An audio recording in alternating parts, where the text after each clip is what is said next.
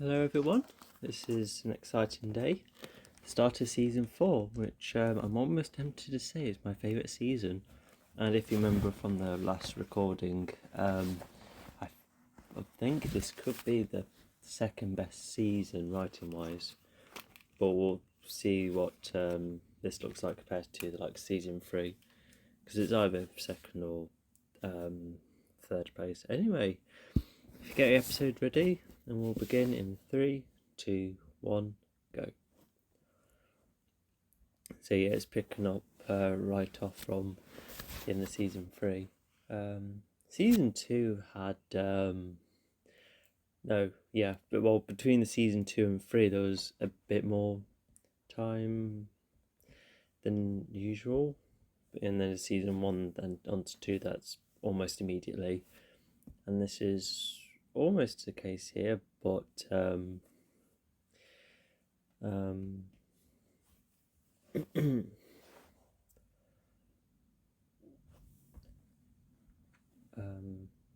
yeah, it's just like in between, because that thing called Grease has made it's coming along. Anyway, we can guess who this is. Could we see his reflection? No, but we can see his phone though. Anyway, so after finding out it's Terry, you can see what kind of house he's living in, what he possesses. I think that's what Grease said in the last episode, but Terry's refused to call. We'll see why. Is he like...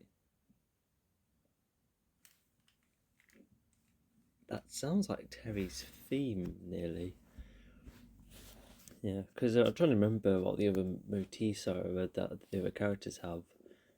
In the show, there is like a Miyagi theme that's there every now and again, but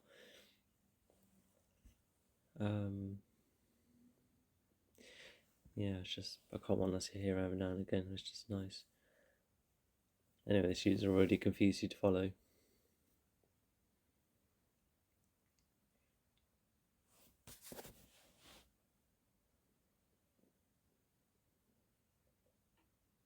A few months, that's plenty of time.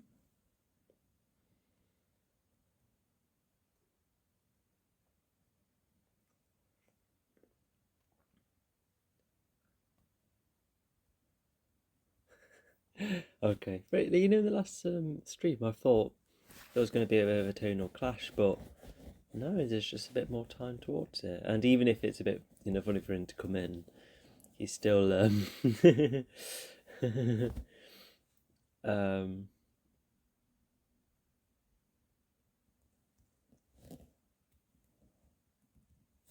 Johnny is saying some useful advice, but it's just they're both against one another. I think Johnny's almost trying to play off, well, I guess just try and play off one another, but yeah, at this point you can tell that they're just a very oh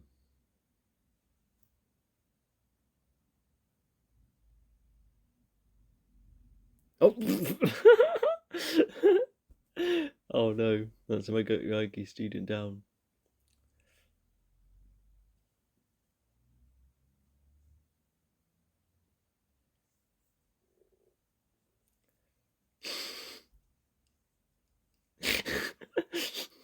Yeah, Johnny's first time is the same question as Miguel.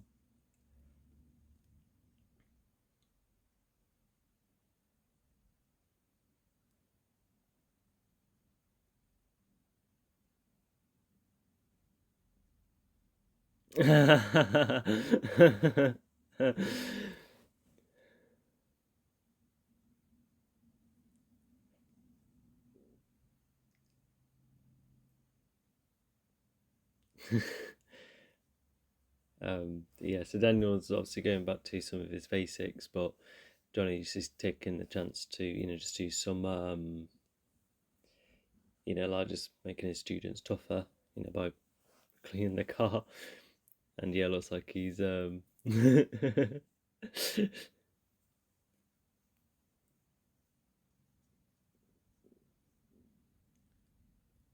no, that was the boat that went out in the lake. Oh, they're having to go fighting here. Even this could hint something. Oh, God, how much would that cost?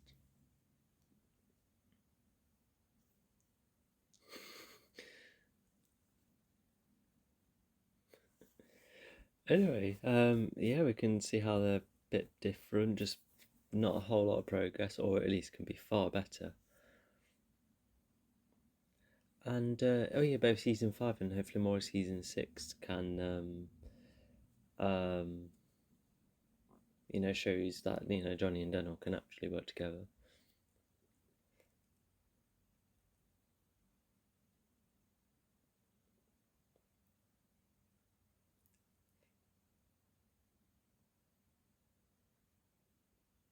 What? Some of Cobra Kai is gone. Oh, that's a bit of a letdown. But yeah, even Chris right here is trying to figure out what to do. But yeah, Tori and Kyle have like different perspectives on how they lost the fight. So yeah, just so Cobra Kai is almost like this is one of its lowest points.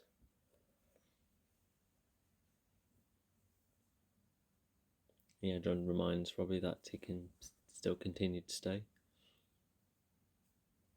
Still got the scar on his forehead. Wow, that's good continuity.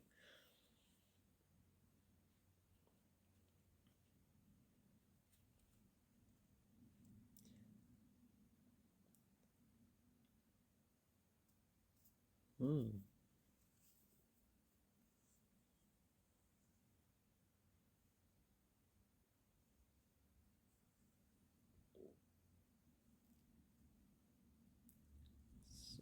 So it looks like Kreese sees Miguel leaving as a reason for Jolly to choose Miguel, who's siding away from Cobra Kai. So that's like how he sees it. Okay.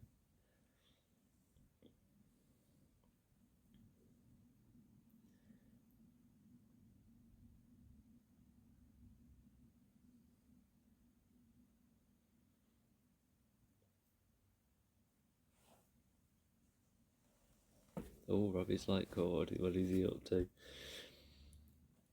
Yeah, he doesn't really have a clue, does he? Even to, know about um,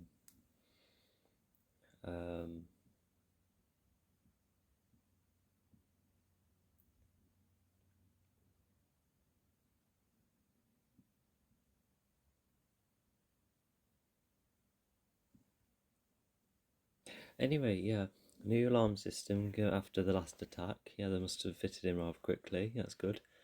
You also see the son pretty much at his latest actor, assuming it's the same actor as the previous 3 seasons.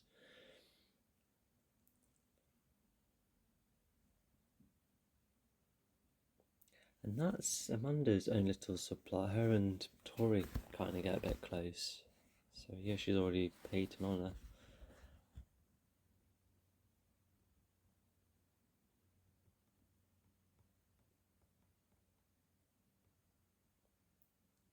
Oh, remember that as well. Wow, this is a really good start.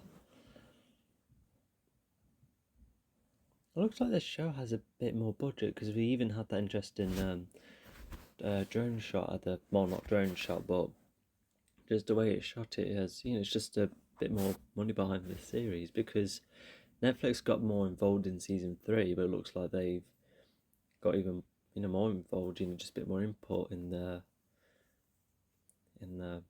cost of things. Yeah, it just looks a lot nicer with the lighting.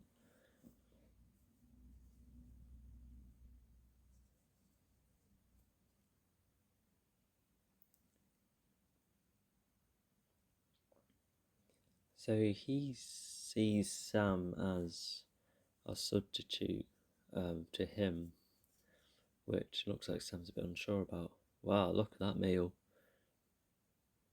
I remember what happens later on in the scene. Miguel mentions Ali, and Johnny, does help clarify it. But yeah, it is just something that's just something that needs clearing up. It's not like a major conflict, which it's fine because it's choosing another conflict like Miyagi versus Cobra Kai, which is pretty much the point.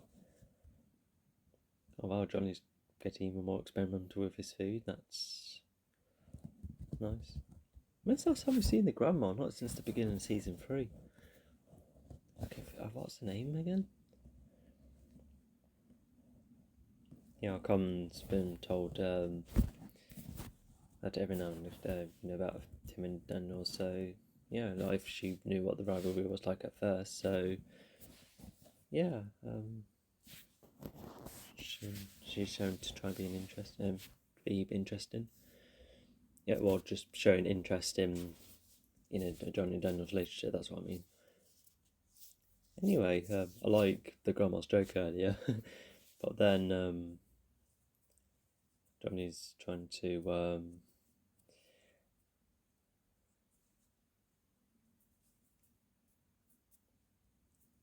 because Miguel has no idea about with them too. So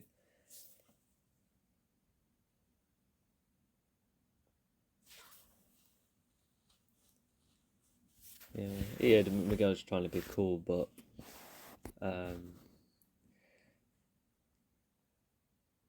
and yeah, that's where but Johnny can't at this point, to state that your sensei is dating your mum, it is something that needs a lot more time. It's just something he can't really state right now.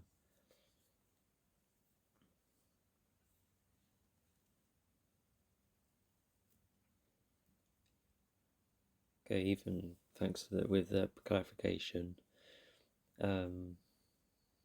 it's just being a bit wise because they were just had a night together, and yeah, it's just nice to think things through, even with Ali coming into the picture. And yeah, it's just a tad frustrated with myself. Oh, it's just splashed the floor. I don't like water on the floor. Right, so we saw the house earlier, and now I assume Creases. I wonder what kind of sources he's gone through to find this house, because Terry was living in a different house. And does he move back to his old one in season 5? Unless we'll have to wait and see.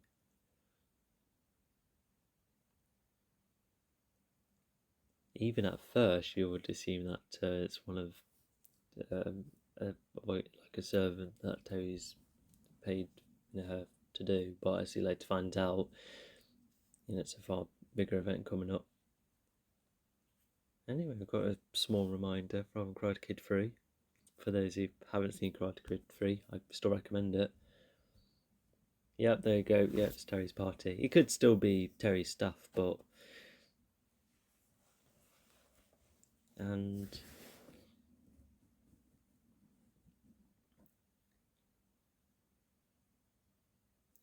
Terrence. Sorry, I just lost my voice. Yeah, so changing the name definitely hints some kind of moving on.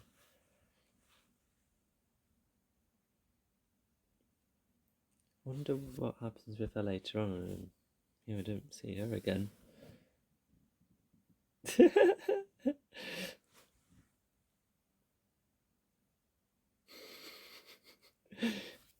He seems to know his way around ladies. But yeah, Terry's just really unsure. Normally you would have a character introduction. In fact, these character introductions or reintroductions seem to be very just like grounded. Because we first see older Johnny, in his flat. We see Daniel just casually walking about in his garage. If anything, I think both like Grease and kind of Johnny, they both have like more dramatic entrances. But it kind of makes sense considering what kind of position they're at. So yeah, just an interesting observation. Even the likes of Miguel and Sam right there, they're introduced just in a realistic way without anything dramatic. It's absolutely fine. Anyway, I kind of missed all of that, but they're using the same area, but now we're just focusing on the students. Oh.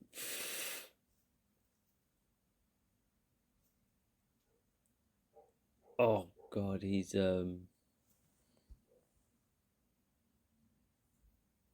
going to get really bruised leg or legs. Depends if any of these people are right or left-handed. Yeah, there's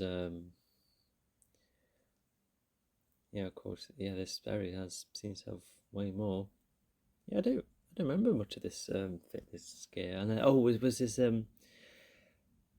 this another room, or did Chris manage to buy a load of items? I need to look back on the other seasons.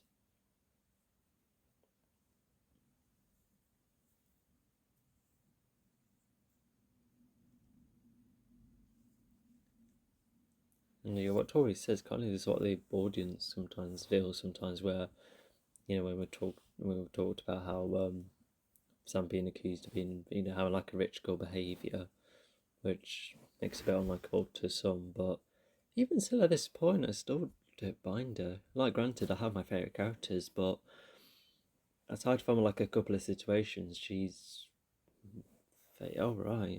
I'll just see how it further goes. Yeah,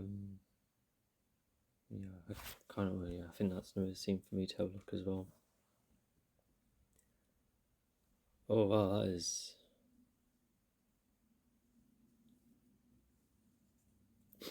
Terry's really bothered that he's around, and the kind of food as well that just further adds to what Terry used to be like. And even with the flashback, it's not something Terry likes to look back on. Even something we'll find out later on.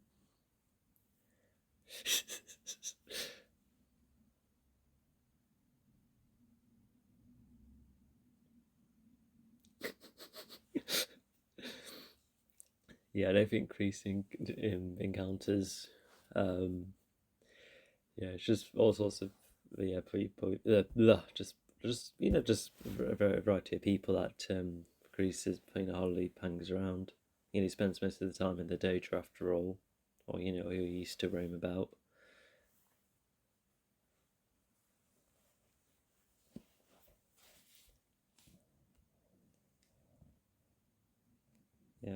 Yeah, Terry hasn't been told what's happening. Just which kind of makes you wonder, why Greece is even here. And but I bet maybe Terry's like picking up on a couple of things, like the whole karate thing. Anyway, that bloke is kind of belittling the whole karate thing.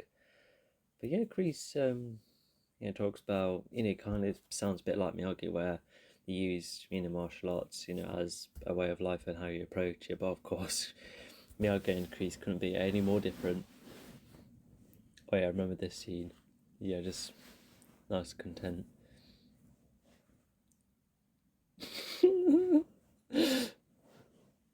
Oh god, that can actually be really handy.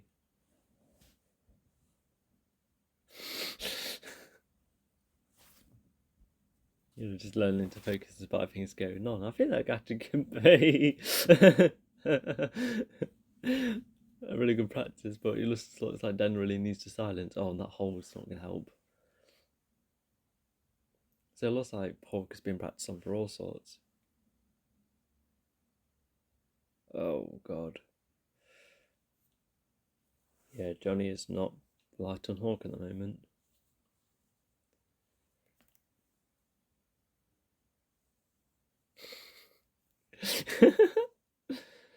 I love it, Johnny knows that word.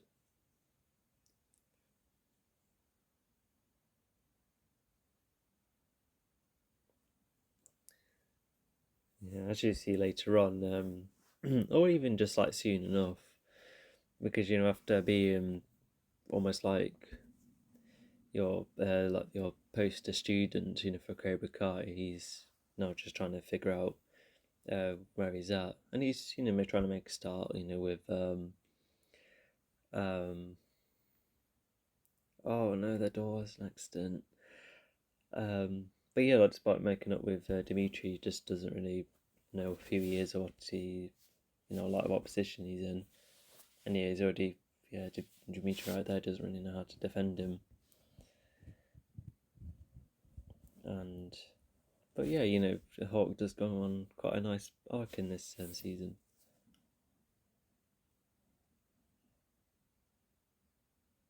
Oh, yeah, Daniel just realised his ways. He was already angry at Johnny's, and you know, not to mention what Hawk's been doing, especially with breaking Dimitri's arms. So yeah, I bet there's just a couple of things. Yeah, it's making Dan a bit more rational. Anyway, yeah, they're struggling to teach, which even if Cobra Kai's at a low point, even they're in trouble.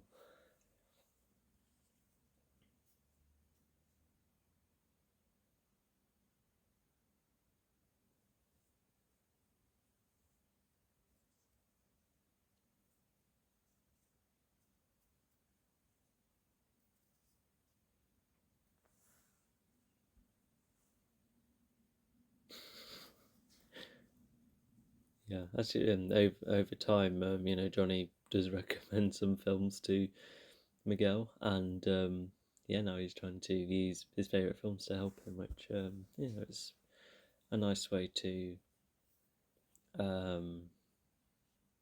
way to get Johnny's interest and to understand the situation.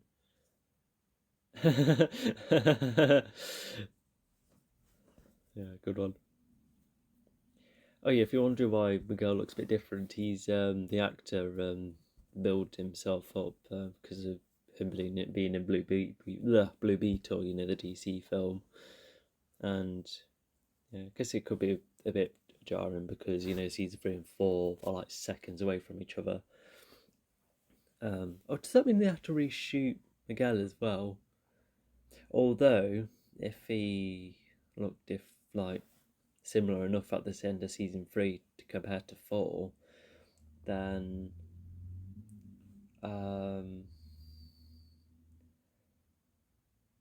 then there would already be a small passage of time then. But I know it feels like a day's passed after um, the fight with Kreese. So yeah, oh well.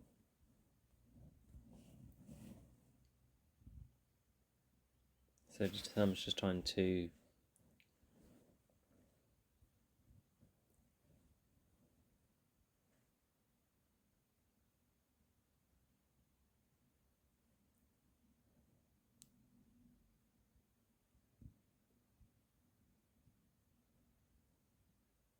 I think that's reasonable. I think that's sort of vaguely reasonable. Sometimes, um, like that. Sometimes, with the word before, and then there's someone in between, and then get back with that same person. It can be really complicated.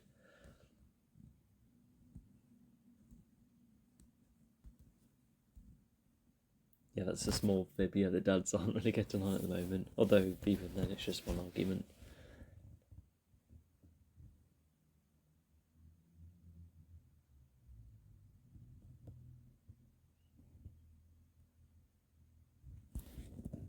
Is this like the showrunners acknowledging what the audience has been saying about Sam? Because even Robbie's also accusing her of not getting things away. I suppose it could be referencing the school fight because her wanting Miguel while she was still with Robbie. It's still like a character flaw in her. So hopefully it's like doing that instead of the showrunners like throwing shade because they wouldn't dunk on their own character like that. But yeah, I think Sam was trying to get Robbie on board because Robbie, maybe said to like Cobra Kai, but he's not quite there as a student yet, despite Kreese's um, praise for him. But yeah, it looks like Robbie's not having any of it. Anyway, so them two are talking about. Well, part of the conversation is what happened after the third one.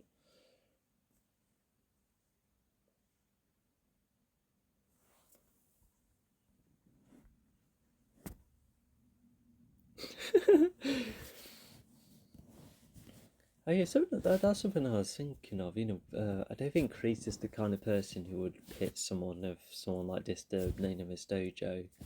He does attack other people for different reasons, but I think maybe it's just like one of those cases where Kreese is metaphorically saying, "Oh, you wouldn't take nonsense from anyone." I think it's more of a metaphorical thing rather than saying, "Oh, remember, you used to be like this." Yeah, Crease soon gets to the point, especially with both Daniel and Johnny be doing something.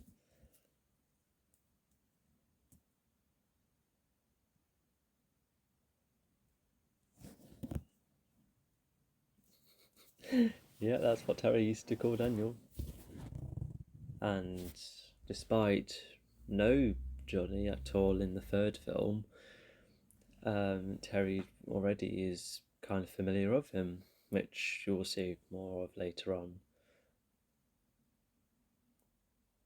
Alright, so yeah, Chris explained that, the point. And yeah, I do very remember when Terry's like, oh, this sounds interesting, but then he's like, yep, nope.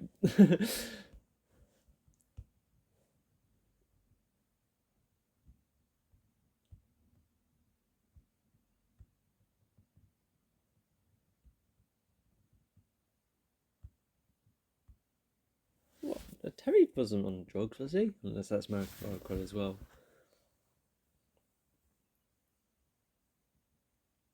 I remember someone else talking about how, it's good that, the characters aren't exactly the same as before, there's still a lot of differences. Like, Terry does, get back to vaguely how he used to be, but, definitely not as hyper, you could say. And,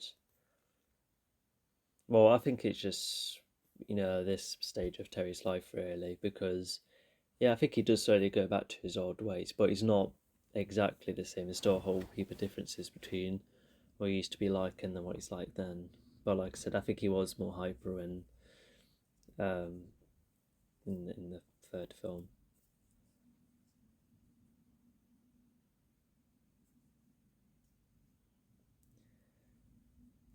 Yeah, I think. Oh yeah, I think Grease does.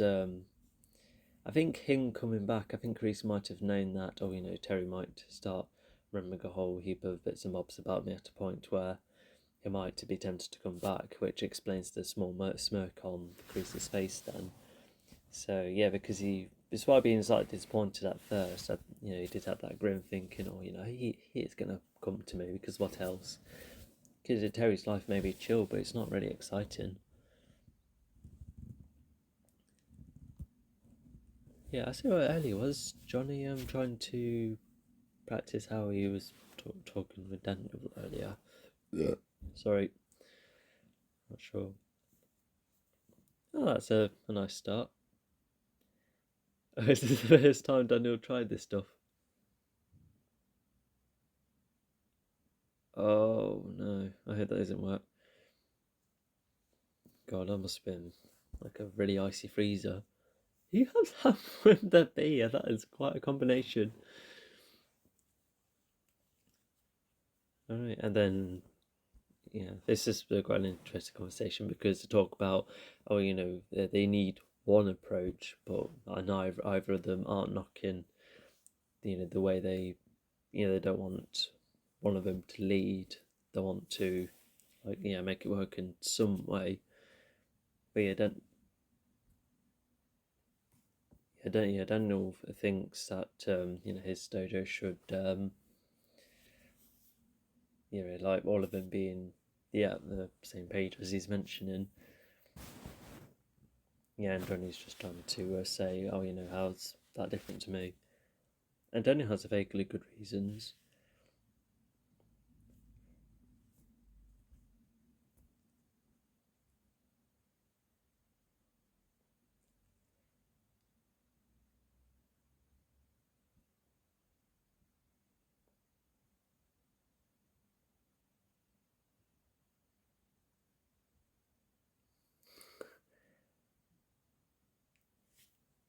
The which stolen car is he referring to? Is it the one Johnny ditched in season two? Or was it? Oh yeah, because he didn't really sign the paperwork in season one. So is that the one he's referring to, or could it be? Was it referring to the start of season three?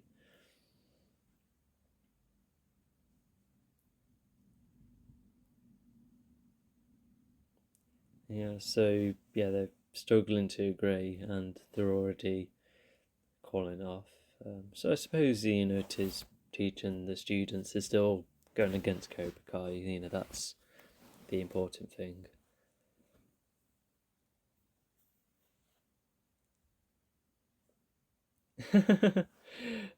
So good. Yeah, he knows his way about women a bit more, which is nice.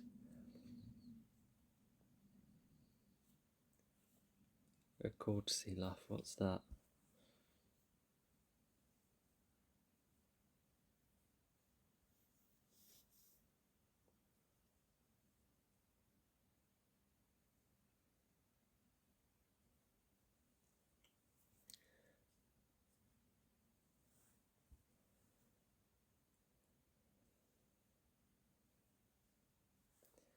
Yeah. So the adults not being there is puzzling them, and then Eli having the hammer. He would think he might wreck the place again, but no, looks like he's going to flip the script again. Because it's in season one, he does seem to be the kind of person who takes a lot of nonsense and then he tries to turn it around. Anyway, got this kind of cool scene because after backing from Sam away and Grease seems to be absent. Grease must have really travelled far, and now yeah. Although I think from the chat he had with Grease, I think yeah that's where Robbie's the one with the idea of let's combine Miyagi-Do and Cobra Kai. Yeah, as evident there. And yeah, we got some specific Miyagi moves as well, which is nice. Yeah, even despite not much Cobra Kai, he's done a couple of things with Kreese. But yeah, that's rather good.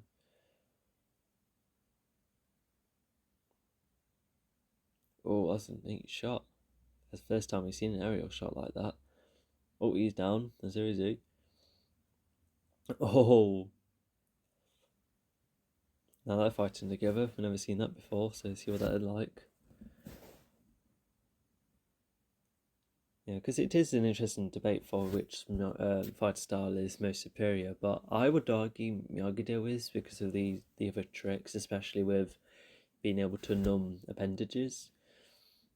And yeah, Tori's been fighting longer, so even well, you know what? I think they've won a round each, but he still took down all of those other students, and got that the the like a good starting point for himself.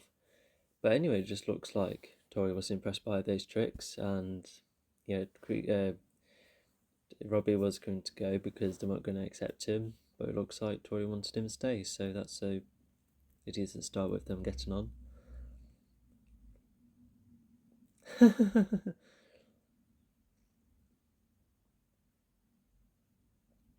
Yeah, both of them just must have had a really long, um,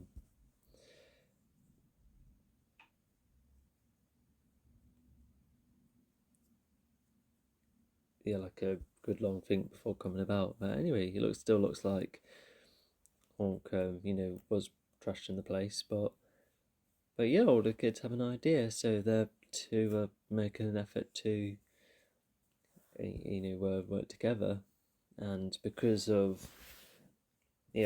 part of earlier was trying to find like a good enough area to fight in, which yeah now they have that, which is quite a neat extension. Extending Miyagi's garden. That's a really neat concept, and yeah, in that arena continues to be used. Yeah, so there you go.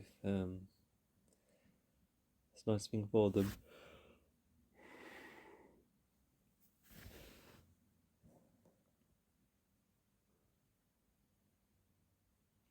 Yeah, even whenever Terry comes about, with Robbie's knowledge passed on to them, that still makes Cobra Kai still that's going to make them even more dangerous.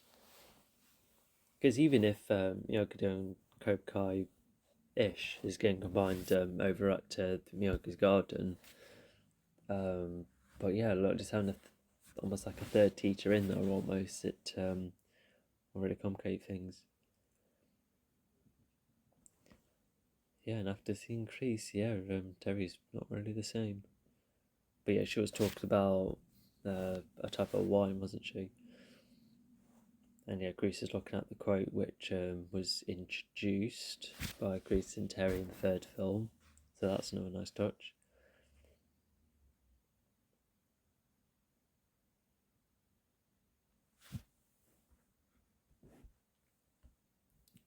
Yeah, and Grease seems very impressed with him.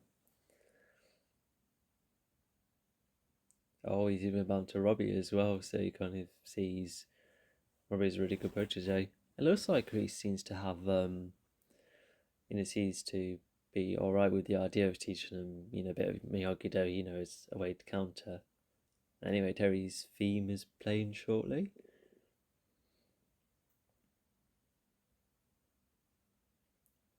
There you go, just like riding the bike, you can never forget how to fight. Even more up there, it kind of sounds like they're knocking something over, even if with the shouting. Oh god, and that looks like blood. It definitely represents how Terry's, slowly going back into his old ways. That's just, he's, uh, I, I, I remember, um, yeah, the stepdad, the actor dying at some point. And it was that episode, yeah, it would have been. Yeah, what was the difference between season 3 and 4? Was it like a whole year or a good few months? Something like that. 3 and 4 and 5 was definitely less than a year. Anyway, even if you haven't seen the stepdad much, well done to the actor. He's done a very good job. Yeah, because he never really gets brought up again. And even if, Johnny does decide for the stepdad to be totally out of his life, but yeah, what if the actor continued to live? Would he have one or two more um, like scenes that had to be cut out by the showrunners? Who knows? So I could do with researching more of behind the scenes in that. Okay, so yeah, the start of season 4, a relatively good start. So yeah, we've introduced Terry, who's similar to. I think yeah, Terry has had the most different status quo.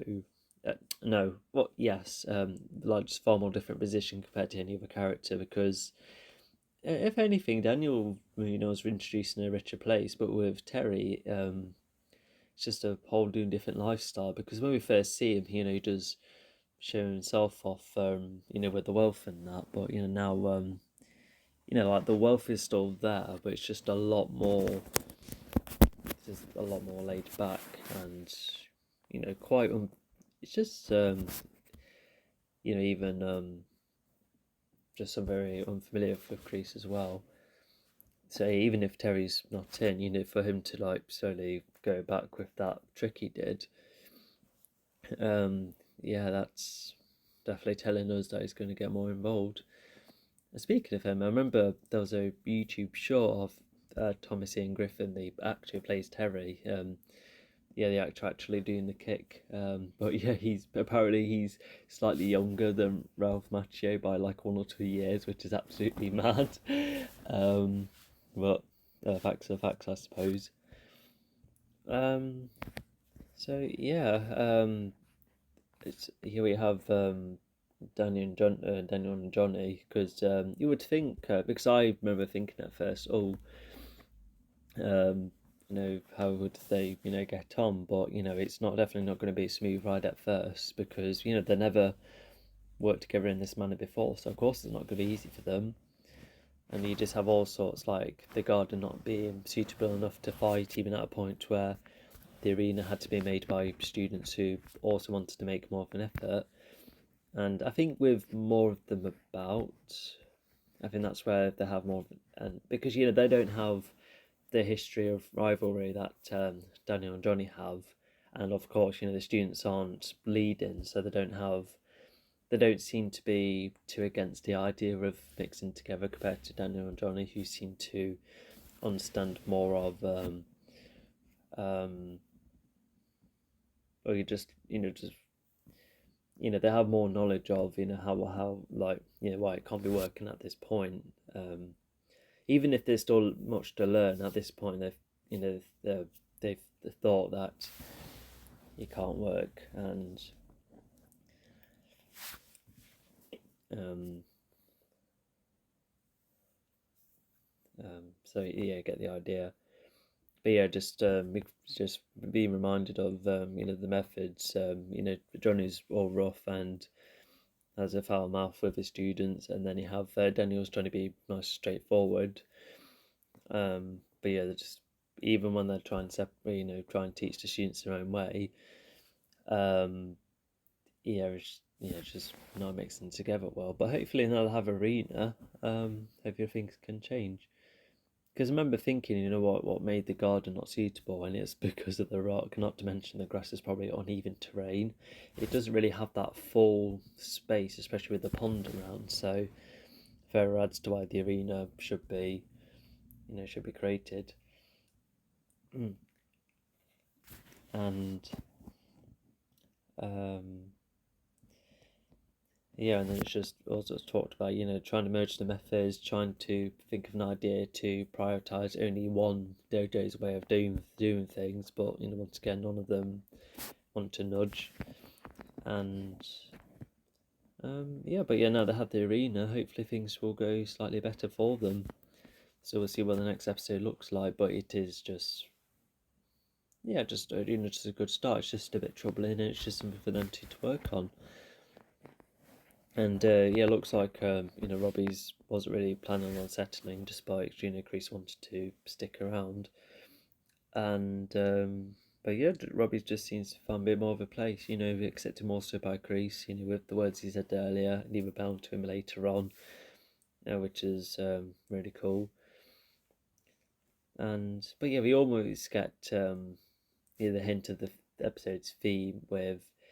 Because the theme of this season is there's no right or wrong way of doing things, as long as if there has to be two entities that have to work together, then it's still possible to merge it. It doesn't have to be one above the other, it doesn't have to be one to be prioritized, it doesn't have to be two separate things trying to struggle against a singular larger entity. um which I'd see that as a really unique feat, not only this season but in just other stories, because I like it when stories go for newer newer themes, because even if there's like common themes that are done well, I'm still like, oh, it's just other things done better though. Because an example of that is there's the common theme a lot of stories go for, where a character's like, oh no, this past is troubling me, I need to find a way to overcome it. And my favourite um story approach to that is actually Kung Fu Panda 2. I really like how that film pulls off its concept, but when I watch other films do that, I'm just like, oh, I don't know. The second Kung Fu Panda though, it's just I know there's limited themes, what to go for, but I think as long as you have more of a unique twist on the theme, then it's fine. You could argue saying that season 4 is almost like the power of teamwork, but evidently it's going to be a bit more layered and a bit more focused on the idea of karate. So it's already just unique with the kind of approach it's going for. Because that's why I still think of season 4 as one of the top notch seasons, because of how on point it is with the theme it's going for. Granted, the other seasons have good themes. 1 and 3 had very definitive themes as well. With the first season, covers a lot about about how aggression's not always the way to approach. Especially with Johnny and Miguel's storyline. And season 3 had the theme of healing, and with season 2, I suppose it talked about the idea about how rivalries could pass on to the following generations, and how that can lead to conflict. I think that's how I would describe season 2. Oh, sorry, I got a bit of a ulcer. Anyway, so there's other bits and bobs planted. Looks like Tori and Robbie are getting on. There's Amanda already hating Tori.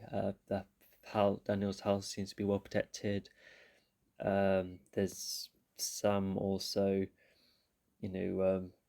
not, she seems to be a bit unsure with being fully viewed as a protege for Daniel, and Carmen wants to take it slow with Johnny as well, and Eli trying to find his place in all of this. So I think at this point despite various bits and bobs, because of the screen time, you can tell it's just almost like a good rebalance. Johnny and Daniel and Sam, Miguel, Eli, Robbie, Tori at a push. Actually, no, she didn't really go for any arcs. But the ones I mentioned before, Tori, they're the ones arcing, and yeah, they're the ones that have the change. Definitely throughout the whole season, and we do have development on the villain side as well. Obviously, they don't go through arcs, but just still more to learn about them, and now their progress over time. It's very fascinating as well as I can remember of the season. And the way they carry over from the previous season, that's nice. Season 3 had. I still like season 2's cliffhanger the best, but number 4 has a fab cliffhanger as well. So that's another thing to rank. But yeah, number 3's cliffhanger is very good, and the way it kind of carries on, especially with Ali and them two working together and Chris trying to make the phone call, it's still carried over nicely. And something else that I just really like is that even though, despite season 1 still being the best, it's still a show that's still carefully handled. Sorry, it it's that you can tell the showrunners still making an effort. They're not gone cocky and thought, oh, we'll just do whatever. But no, they know that writing should always be top notch as much as possible. And yeah, with season 4 having this good of a start, it's still a really good. It's just a really good start for season 4, and the show is not slowing down. There is still various bits and bobs I wanted to try and catch myself up upon, just in case I missed anything. I think the only problem I can find is Miguel's massive change due to meta reasons, but that's no biggie in the grand scheme of things. What was Johnny talking to himself about before Daniel came about? I'll have a quick look at that first, and then we'll go along. And also, the audience is caught up with Terry slightly. We know that Terry and Chris have been friends. They've just been rude through all sorts. But for Terry to pull off that kick as well, that makes you think, what kind of what is his approach to karate like? How good is he at it? Even season 3 does show a good amount of him, but for those who just only watched the show, that is yet to be desired. And yeah, so one reason why the men were late is that it looks like they were giving students time to practice on their own before coming in, which fair enough. It looks like the kids, especially Miguel and Sam, could be trusted with the house. I wonder if that has an alarm system too. It might have, but maybe since the last trash, the last time it was trashed in season 2, it could have been tied to like some kind of insurance thing. If it ever gets damaged and then it gets to, they will charge whoever damaged it. Maybe that could be the case. I'm not sure. Anyway, that was episode 1. We'll get on to episode 2 soon enough. Hello, welcome to Cobra Kai season 4, episode 2 of the show. My voice is wearing out, so I won't have too much of an introduction. But what I do remember is that we're introduced to Kenny, who's a new student who we haven't had in quite some time. So that'll be a bit exciting to see. yeah, they have a new student coming along. I remember some people being like, "Oh, how would that work?" Especially with the cast being this expansive. But he does fit nicely, and not only for narrative reasons, but um, relating to the world building as well, partially. So, yeah. And unfortunately, there's no Terry in this episode, which kind of made me sad. But it still needs to build up other things, and not to mention, I guess seeing Terry again in episode 3 shows that even with the amount of time that has passed, it shows that Terry was struggling to look back on, well, just forget about Chris coming in. So yeah. But yeah, because the characters don't have to be in every episode, as long as the main ones are always there, which is Daniel, Jolly, Miguel, and Sam. Yeah, pretty much them, and Eli had to push as well. Anyway, if you get episode ready, so I just contradicted myself. This is a bit of a longer intro than I used to. All right, episode ready in 3, 2, 1, go. First learn stand. That's the name of the episode, which is a Miyagi quote. I really like the chosen colours they've gone for each season, because this one's gone for a more gold approach, especially with 4, using the yellow. It's just a nice way to distinguish the season, because season 5 uses red, which is also rather nice. Is this a real game? Unless Netflix has a budget to generate an entirely other game. Looks alright. Anyway, that's Kenny. Is it Kenny? Oh my god, he must have been up early enough to play video games. Oh no, he's no, you meant to do your teeth in your own time. That's what I do. That's why I don't log on to my laptop before I go anywhere. But yeah, we just see there's a normal routine. It's something that you haven't really seen. Oh yeah, he doesn't miss the bus, so that's a good thing. But yeah, we haven't really seen a character. We have seen character status quos before, but yeah, this is just a very normal, student morning. Nothing too tragic other than I remember his dad's a soldier, and you'll find out who his brother is for those who don't remember. Also, this is after Christmas, I think. So yeah, he's new in between a school year. Oh, and that's Daniel's son right there. He's, as you'll find out later on, he's a bit misled by the others for picking on others. Oh, hang on. Maybe Kenny has been. Oh no, is he? No, I thought he was a new student. I got the impression he's new, and yeah, I think that sad look from is Kenny being like, oh no, not good start already. Anyway, so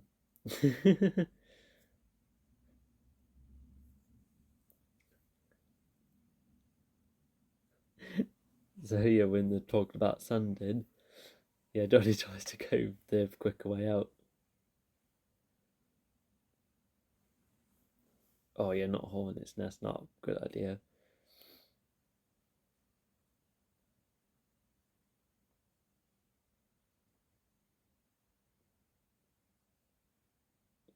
Ah, okay. Yeah, I think this episode it's them two teaching each other their ways of karate, isn't it?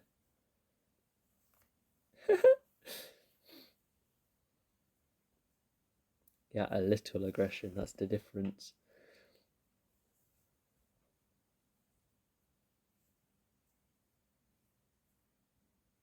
Oh god, and that was real spit as well.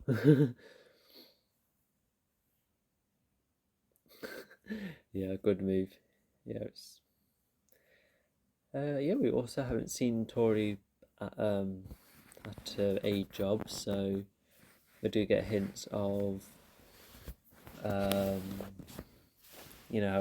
she works, but because something's different, with her coming in,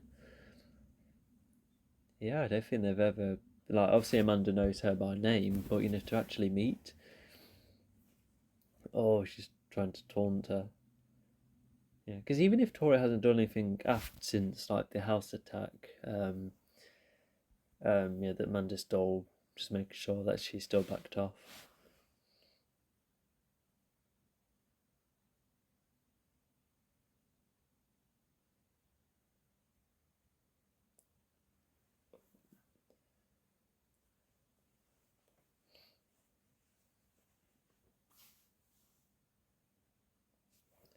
Oh, she has a, yeah, she seems to know a way of things. Yeah, just unfortunately the job's been put on hold. Because yeah, Amanda's not wrong, just because she could have been asking all sorts, but with the way Tori reacted, that's cost that job.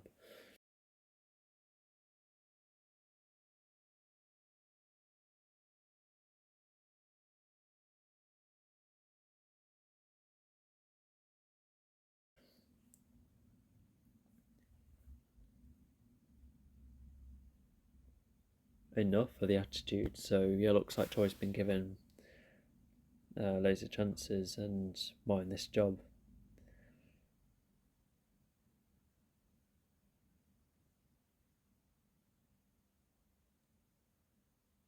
I,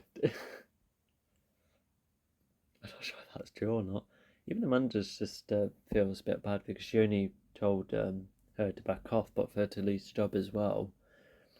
Yeah, it's still, Tori still should have kept a cap on with, um, with her being aggressive.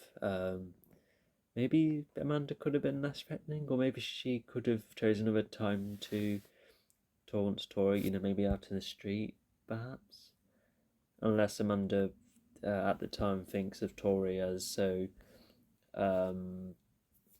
like almost evil at a point that Tori doesn't deserve the job she has. But Amanda still felt kind of bad, so that's all sorts of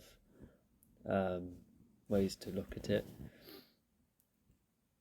Looks like Connie's vaguely good at basketball, and yeah, looks like there's a girl in between all of this, which yeah, fair enough. Oh,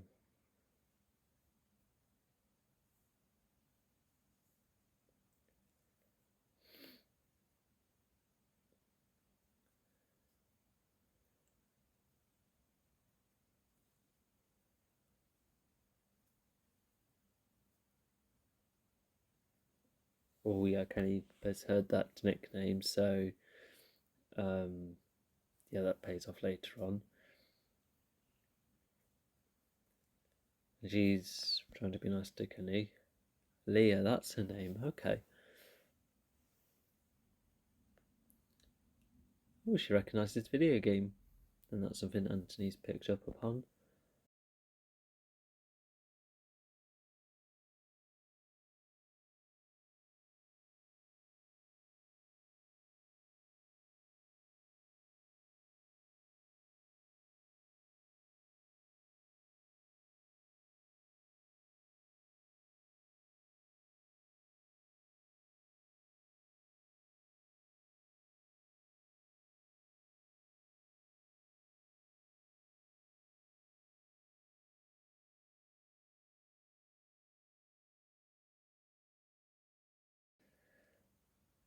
Anyway, this scene, yeah, Johnny is being taught this method. Once again, he's get a bit impatient, although Johnny's about to be a bit encouraged again. Yep, Daniel sees the bottle. Oh, it's Daniel's beer as well. Yeah, if he wants to learn Miyagi, he'll be able to learn cool tricks like that, even if it's not the bottle opening one, at least it can be various others. And yeah, Daniel then, talks about how, Kreese striking first led him to somewhat losing. Yeah, I think Daniel's right. Yeah, Miyagi is the best. He's probably even better than Chosen's uncle, perhaps. Some people have said that, because was Miyagi able to break the concrete unlike Chosen's uncle? What was his name? Santo? Sato? Oh god, I can't remember now. But I remember someone did a karate ranking, and both the uncle and Miyagi, they're top-notch karate fighters compared to the rest, which, yeah, absolutely. Anyway, some yoga training. And we're reminded of what type of music it is. Yeah, even this even shows that, because I thought it was a contradiction that these moves had to be taught using the chores, but no, that's how Miyagi and his ancestors learned it, and that's how Daniel learned it, and they've all helped them. And but yeah, it looks like Robbie's attempting to do a shortcut, and even Sam kind of does that for Anthony, and yeah, because Anthony was struggling with the chores, which I said could be a um,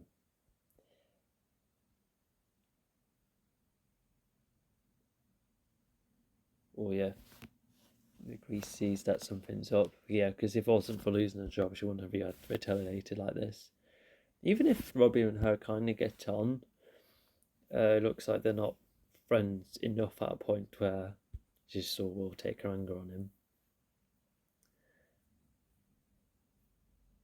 Yeah, Grease is like, absolutely not.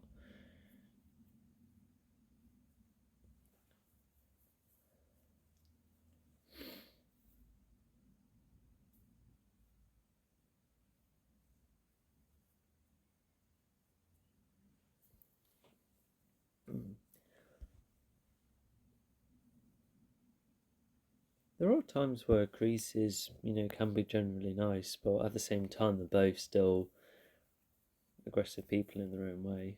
But it's just nice to see that kind of side to them, well, to both of them. Oh wait, hang on. I had to look at the photo. I'm going to rewind to that after this.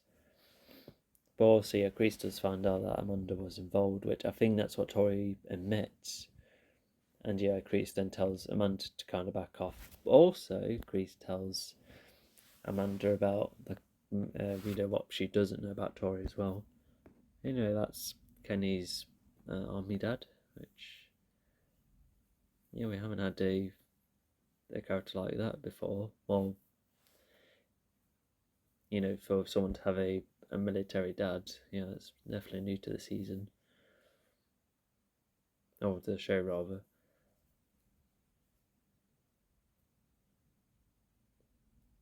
And we're gonna find out what the dad means by that.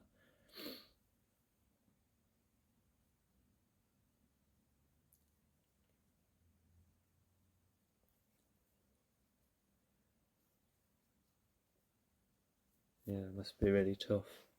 And despite not a lot of time spent to it, still get an impression of how it affects his life, and how it looks like Kenny's almost relies on him, whenever he feels down, but he of course finds another way of um find another way of coping. Anyway, that's you'll see what happens later on, but at first looks like everything's all fine, but yeah, you'll see what happens. At least that's nice for him, on the surface. 400 years? Oh yeah, I think that's was that the story of Mock Chosen told Daniel, or the story they're both familiar of.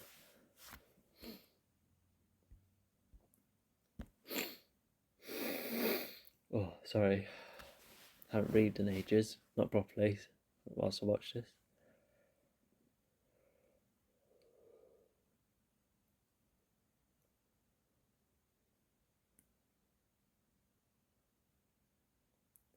Alright, so he's done all of those chores. And yeah, Johnny's doing quite well. Yeah, it'll pay off later on. Yeah, because he later talks about how he doesn't need all of this defence, but it does become handy. Oh, off he goes. And he's doing so well.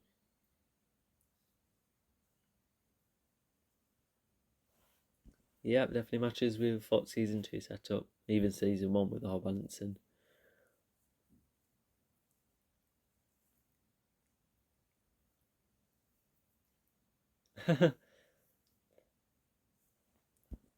And then that's where, where Johnny's like, wait, what? Yeah, please don't, Johnny. But yeah, Daniel was partially right, by not being in the situation, he'll be, fine in the first place. And I think that's what Johnny kind of learns, although we'll just wait and see. But he does, Johnny ends up taking the bait somewhere, which kind of matches what Miyagi says. But even if this is a nice scene on its own, I do like how it pays off later on.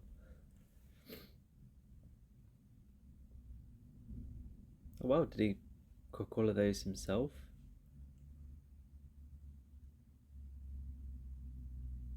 Okay, so they're already following each other.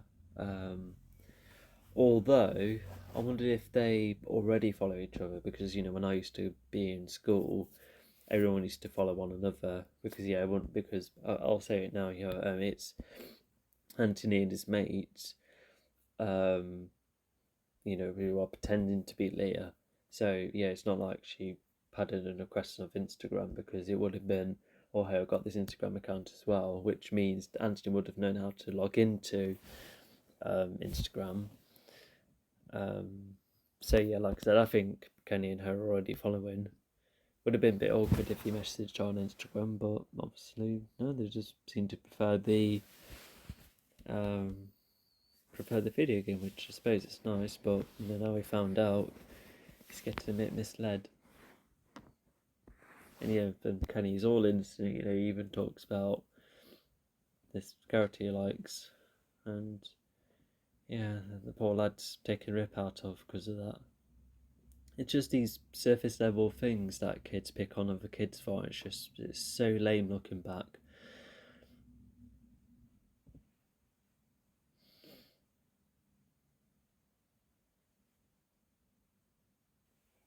Oh yeah, I remember this.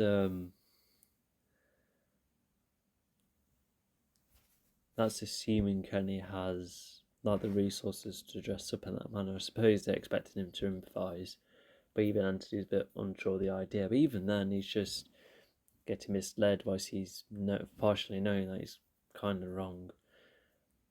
Um, but yeah, Kenny seems to really like Leah, so he's just doing anything for her almost. Because yeah, did they say about Leah dressing up as well, being like, "Oh, I'll dress up as this as well"? Yeah, it's we'll see him later on. Oh, I hope that G's okay. At least it's wrapped up. Still locks in place. Yeah, Chris does need to be careful because he's the one that said the restraining order. Looks like he's placing it back where it is.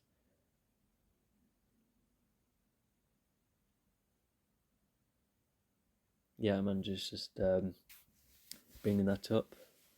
Oh, he's making her the Amanda, don't take any more steps. And she's not impressed with him fighting it and Daniel.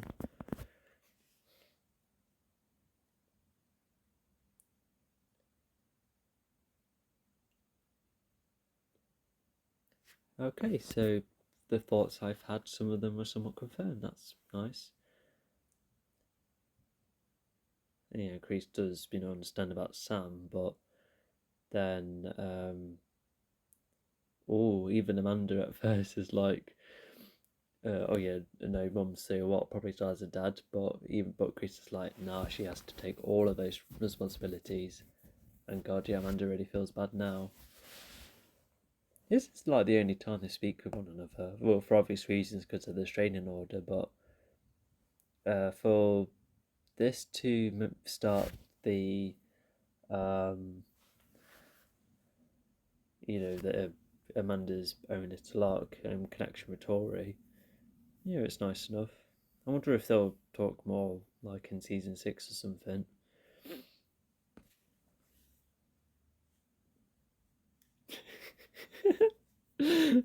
Fair enough. Yeah, he seems to like the Valley's food. I suppose that's something he likes. He's probably missed the Valley's food. You know why she's going out and about. Johnny's trying to talk Daniel. Seems to be fine at first. No, looks a bit bewildered. Oh yeah, in this area, is kind of what Johnny takes up upon. To which, yeah, if he's not being used, it's risky. But if there's no like law tied to it, then fair enough. And yeah, I bet Johnny must have like done some research all around the area, and then he must have thought, "Oh, I use this area." But he's taken to these students to all sorts of places, so um, yeah, so we already inferred that he likes looking around at these abandoned places, as different ways to teach the students.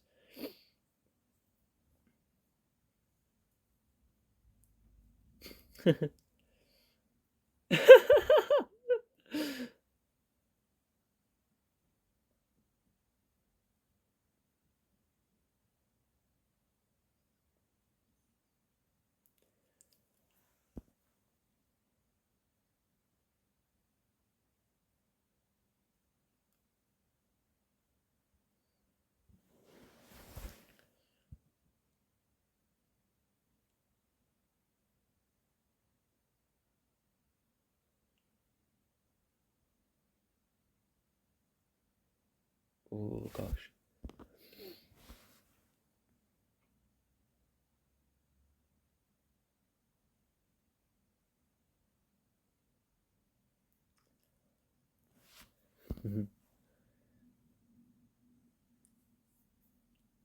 Yeah, like not only is it familiar, but it's just new ways, and he looks like he's taken some of the extreme with Daniel because of him being an adult, especially with the walking on coal thing. But yeah, this baseball thing is what that helps vary that. That's cool. But for him to like defend the balls as well, yeah, not only is it adding more to the whole defending through offending, but yeah, I don't see how he can sit at first. Because an argument could be made that Daniel is too defensive, but he still holds up well on his own, and maybe it could be argued that Daniel, almost lost a crease because of too much defending.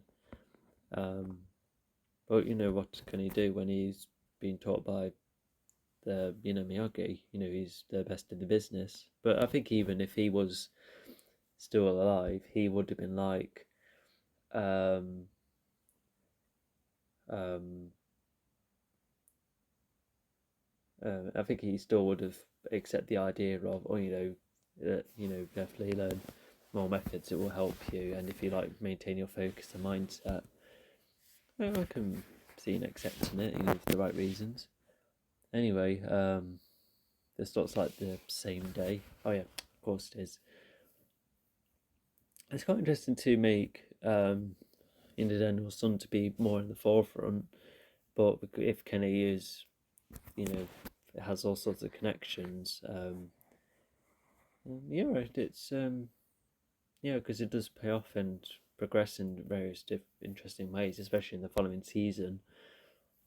Um, oh, um, he does have some fighting power in him, but yeah, he's running, and he talks about later on in the show about how he's a bit of a runner. Yeah, I think it also goes back to the whole morality thing because you have Daniel's son, who's part of being the aggressor, and yeah, and then you have Kenny, who later becomes a Cobra Kai student. He was innocent at first, so yeah, even if it's like a good guy versus bad guy situation, there's still all of that morality still all going about. Oh, smart move, but gosh, I think yeah, you'll be doing anything to hide. Gosh,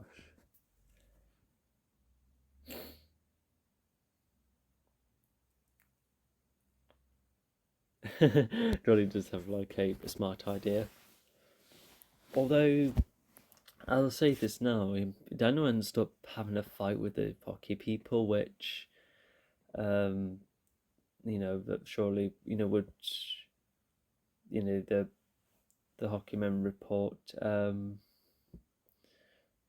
because Daniel does attack them first, and and was also looking for nobody to come by and report it as well.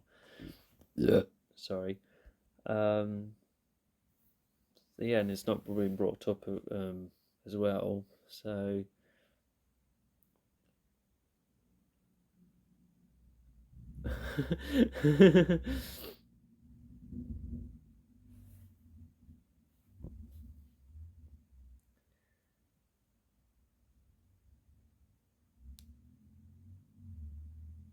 okay, although he's still being inviting, and Johnny sees, yeah,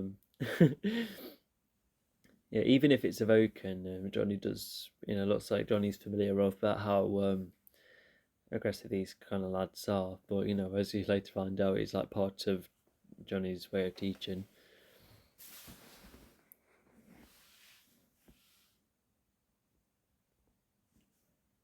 which is partially right. Although Johnny knows that the whole escalation doesn't always work.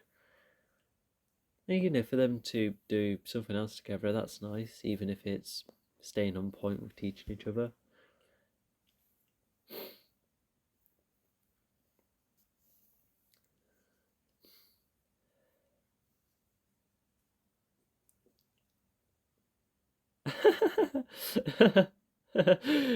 Yeah, nice one to accept.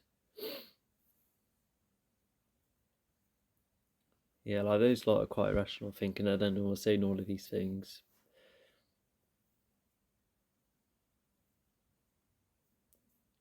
Johnny must have run quickly.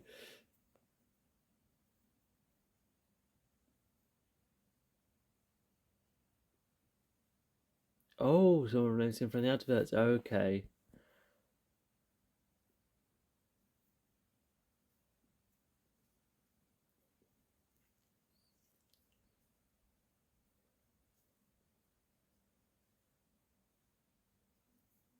Yeah, so it looks like something's kind of awoken in Daniel. Yeah, whether it's tied to the personality traits that was introduced in season 3. Oh yeah, Johnny could have like brought that back, like some of it, because like at first I thought Daniel was like, what, let's strike first. But even without the Amanda comment, he's still getting kind of picked on. Not to mention, I don't think this would have been the like a go-to report, because Daniel's known to be someone who you know he's just a kind of karate that you know is the defensive, which is why he's in the clear. It could be something that happens often. I'm not too sure. He's used his words against him.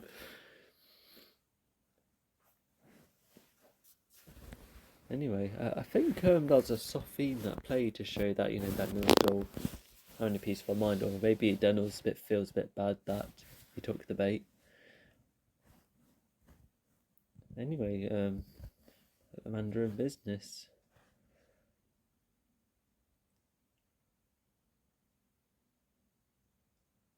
Anyway, the business is put on hold.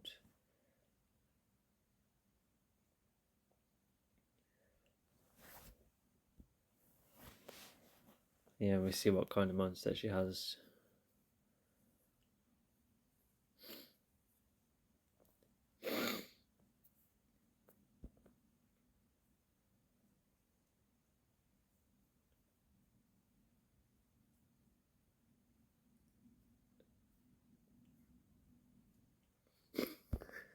Yeah, he's he doesn't know how to handle these situations.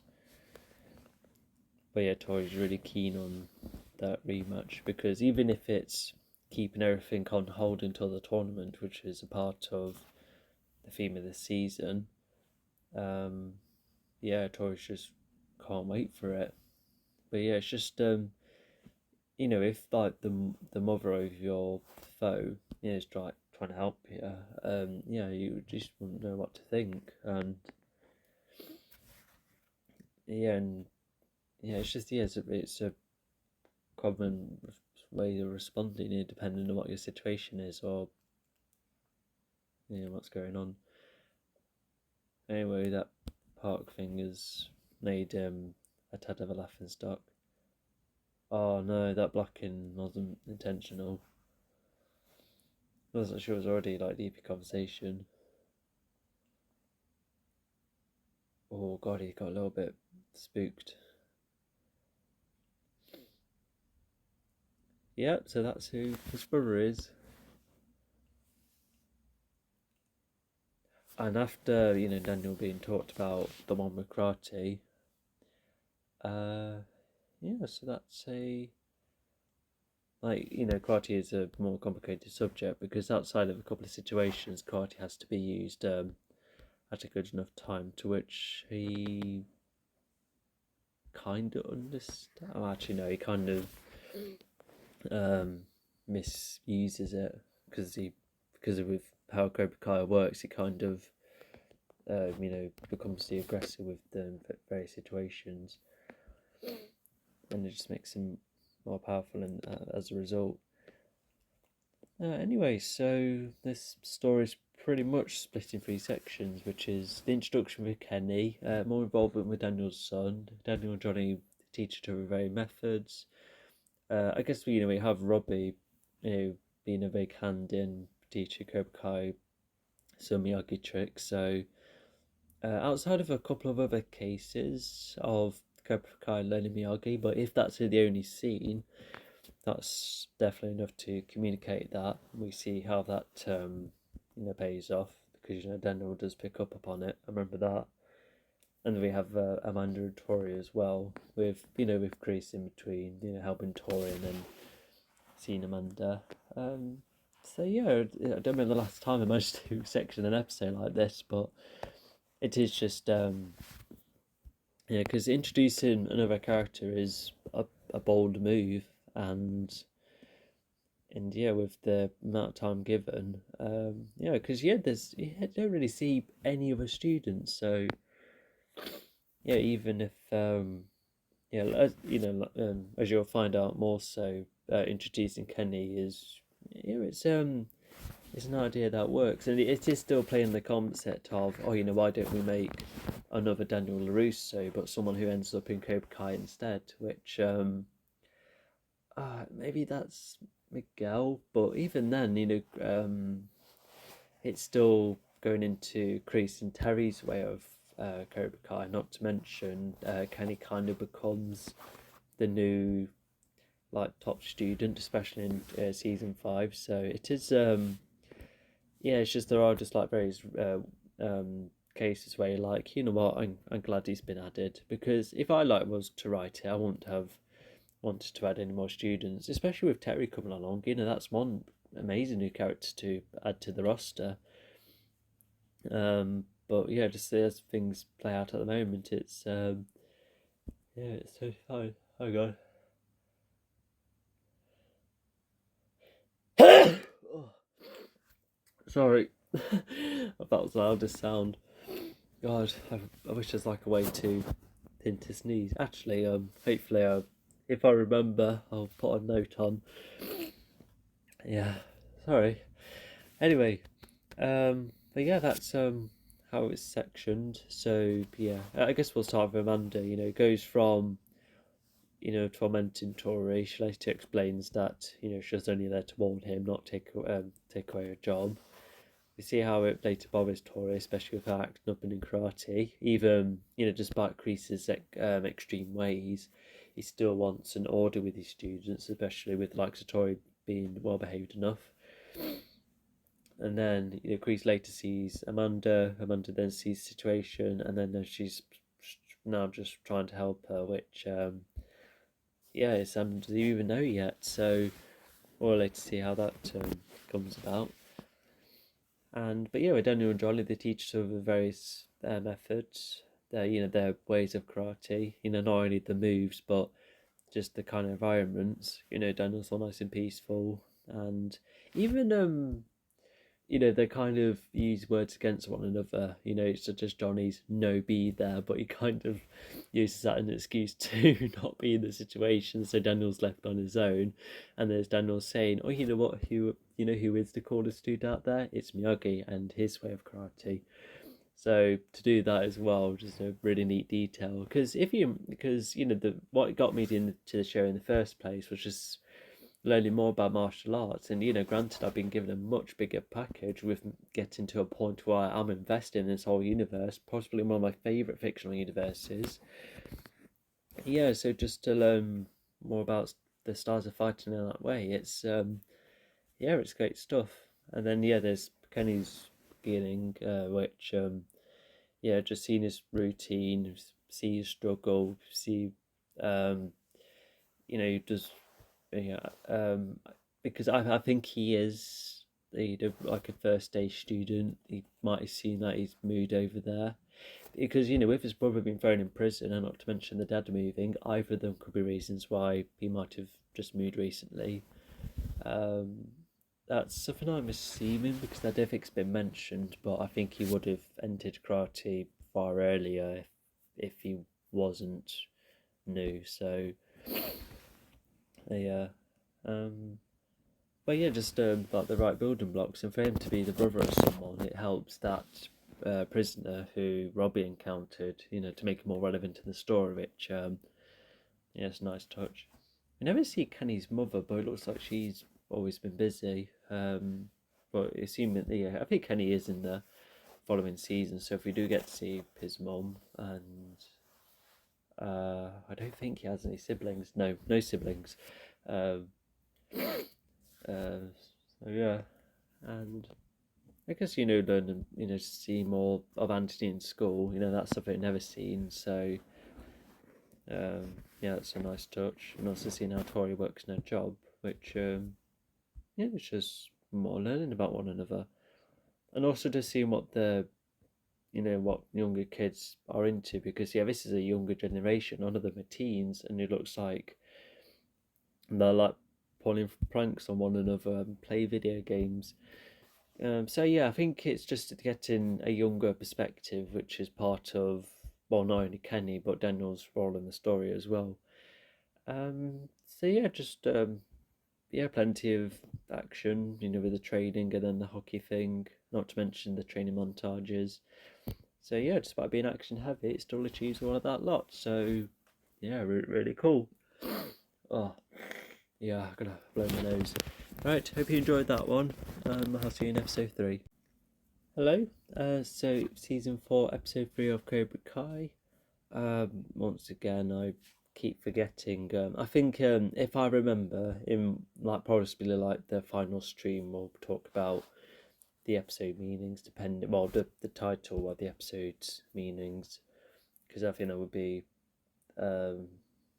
just explain why this title in that way. And so far, all of these titles seem to be doing a good job with being relevant to its respective episode.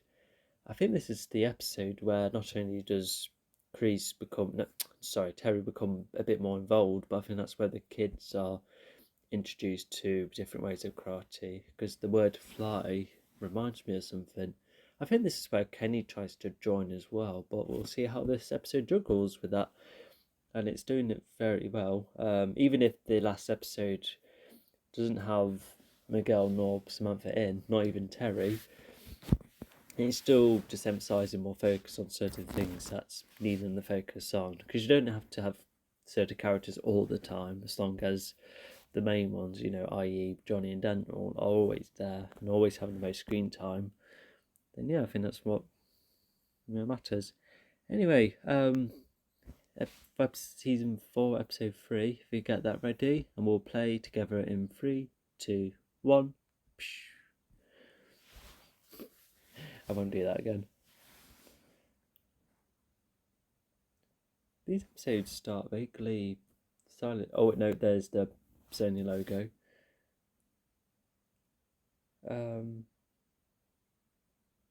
Yeah, what was the first title card before the Sony thing? It's calling a Netflix series. Oh, okay. So wait, hang on. Was season 3 the last YouTube season then before Netflix got it? Okay. Anyway, it's, helping with the students. They see how useful this arena is.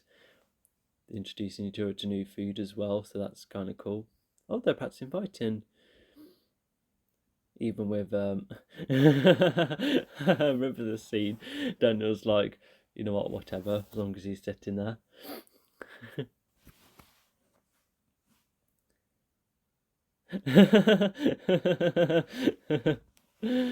Yeah, as if. Yeah, just a nice punchy start once again, just seeing how the arena's working, Johnny Daniel learning more about each other, the practice on one another for fighting as well. Fighting with the students as well, that's a nice touch, because in that way they can teach other things about one another. There's one funny move from Daniel. Yeah, I don't think I allowed nut shots in the tournament. Oh, there you go, and they are getting on quite well as well, so I think this is pretty much the best era. Oh, wait, is that the same car in season 3? That explains what was said in episode 1? The episode 1 of the season, talk about stolen car, but yeah, Eagle Fun Karate as a car now. That's nice. 4 animals on top. Carmen seems to accept that, so because I think she's still into the idea, because Johnny is honest and does clarify things. So if it was like far more complicated, then she wouldn't have bothered. But it looks like, for her to come over, that's nice. Also, yeah, did Johnny just do the bottle cap trick only for Daniel to catch it? That's a nice touch. Oh, and they help each other with the cooking as well. Can't imagine with the audience. Yeah, it's quite. Sorry. Oh, sorry. Oh, sorry, just someone got a bit stuck. Oh, sorry about that. Anyway, I don't know if the sun has been recast or not, but for that to match the audience perspective, it's kind of funny. Take over.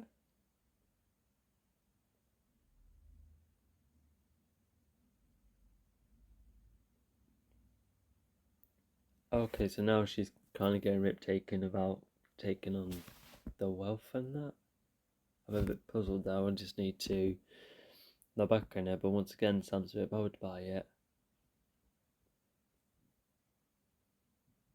Okay, so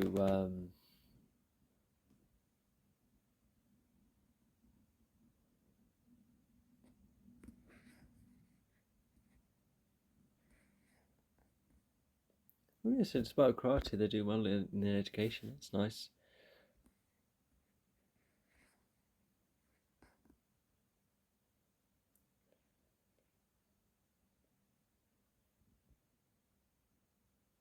Oh,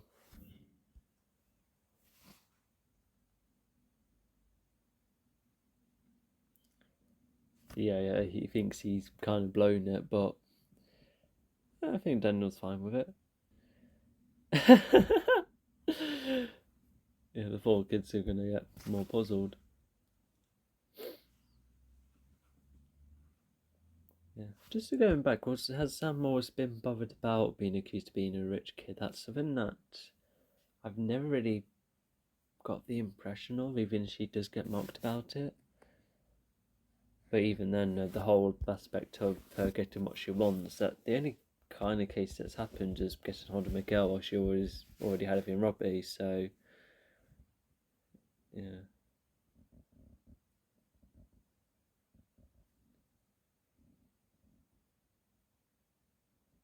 Always in deep thoughts. And these are the same flashbacks. Oh, and that seemed to get him as well. And also, thanks to these flashbacks, it helps remind us, well, because I didn't connect the dots at first, especially when I wasn't very, I wasn't, I didn't know who Terry was, but like at least at this point you'll be able to make the connection.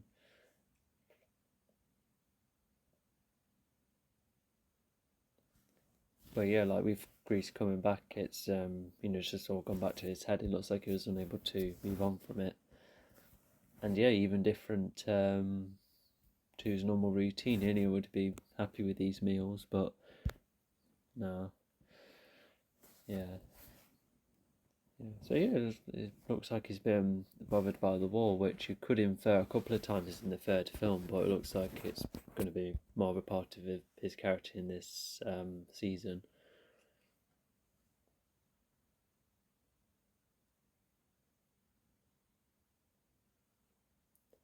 Sean, that's his name. Okay.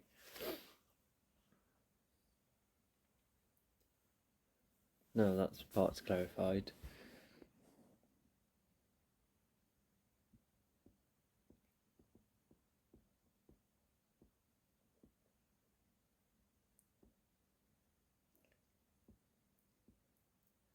Owen Crease is somewhat impressed.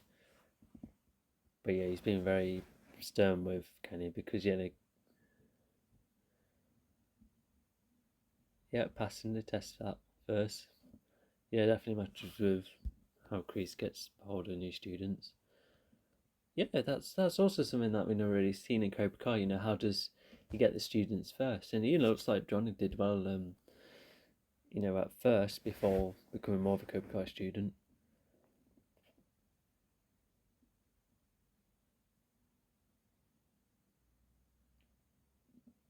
Yeah, and they're getting on better again, so that's nice. Um, was there when was it? I swear there was a scene in the last season where they got to apologise properly and get on, but did they? I suppose it's just um, them just getting on, which they're all getting on at the same time anyway, thanks to uh, the end of season 3 and the start of season 4. But yeah, I just wondered if they did apologise to one another before. Although what would they have to apologise for actually? Because Miguel wasn't impressed with Hawk breaking Dimitri's arm, but I think after seeing Eli and Dimitri being friends again, I think that's part of why Miguel and Eli are good now. Yeah, just definitely something we can infer. Yeah, Miguel's having money troubles. Money troubles, that's what I said, sorry. Um, I think Daniel does help with that, as we'll see later on. And yep, Daniel has a unique thing for them. Oh no. Wet behind the ears. What does that term mean? I need to look into that. I'm not the best of English, despite being a Brit.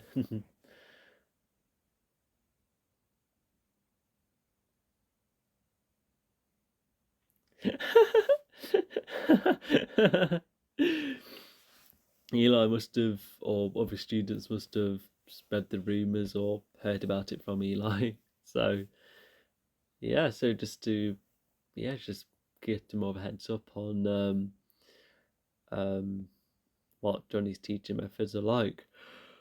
Um,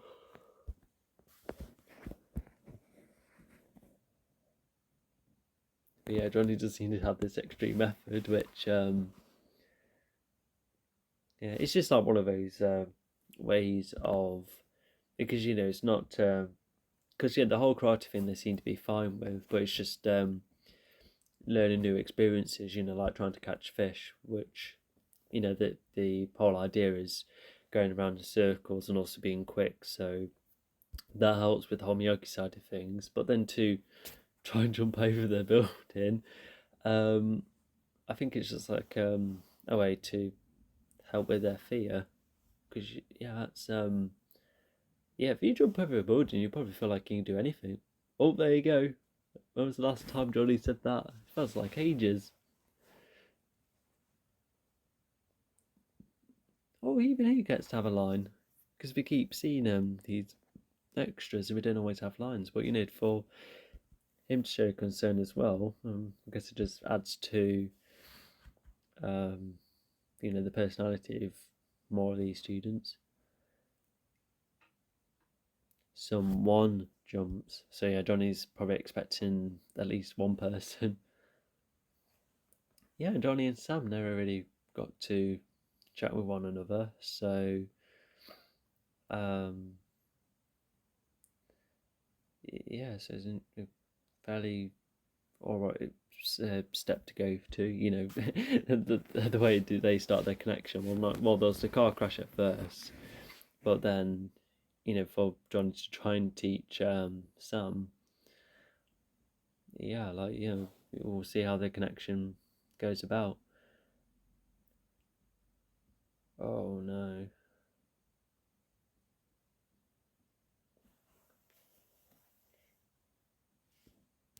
Alright, he's willing to give him another chance, and Robbie tries to be supportive of him, which is definitely another part of season 4. Oh, that was just a simple axe kick. But if you're unfamiliar, especially with the way he charges at Kenny, and no wonder Kenny's scared. It's yeah, but if you're unfamiliar, of course, yeah, you wouldn't really know what to do, because we see that Kenny seems to run away from his problems. Oh, did he? He must have put his shoes on really quickly, because his shoes were off. Did he just walk straight out with just socks on, or was he barefooted? Because I thought it was like a snap cut to indicate just a quicker passage of time, but no, that was playing in real time. So maybe he's going to put his shoes on outside the dojo, perhaps. Oh no, what were they talking about? Um, oh, we'll go back to it. We'll go back to it. Um, it's an extended shift. Oh no, car trouble. Oh, oh no, it's broken down.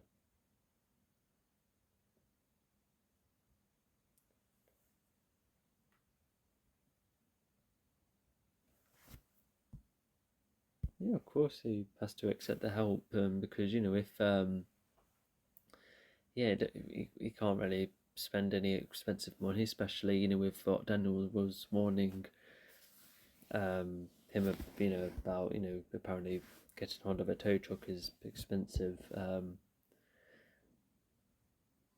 But yeah, for Daniel to help Miguel out in that way, that's rather nice between them.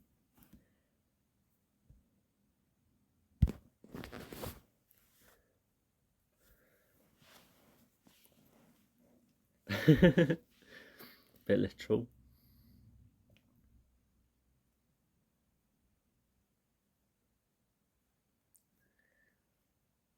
Oh, an open mind, yeah. Unfortunately, John is a bit extreme.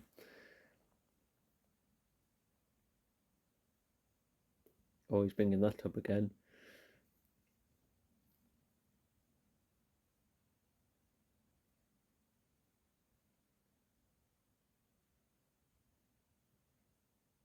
Oh, okay. I think that could also make I think that could be another scene that audiences might point out for being a bit unlikable, but even like putting that aside, they are getting at each other. Um, yeah, it is just one of those moments of a character being taught. But yeah, Johnny's not gonna, take it. Yeah, she's managed to, talk back at her in a very good way, especially saying, "Oh, I used to be like this, but not anymore." So yeah, that was. There's so much I haven't remembered at first, and um, um, oh, all the students have left in time. That's good timing, I suppose. Imagine if the students just saw him now, unless they thought he was just someone else, not important. Until Crease makes it important, as you'll see later on.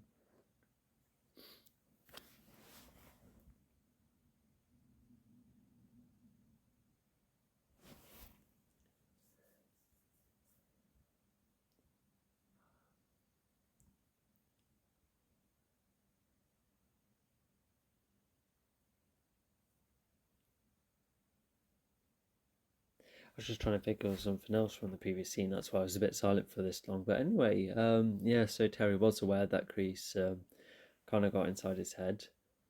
But yeah, just something else I like is that there's not a lot of scenes between them in the third film, but then in the season they do, well, until it all goes wrong, you do get a good sense that they have been friends for a long time because yeah, they have some really good conversations. Yeah, like this moment and a couple of others.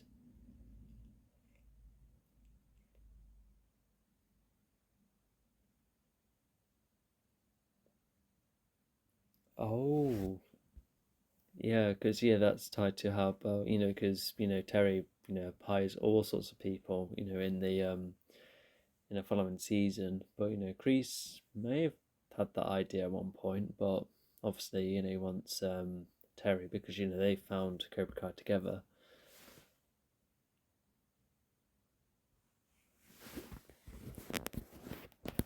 Oh yeah, because Terry doesn't um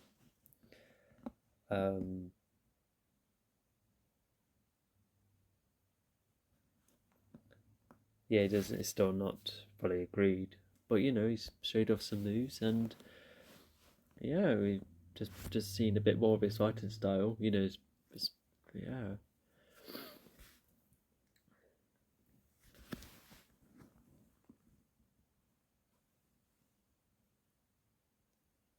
Yeah, and even Chris seems to be already aware at this point about how much some of the past had affected him, which he uses to his advantage when he taunts Terry later on in the season.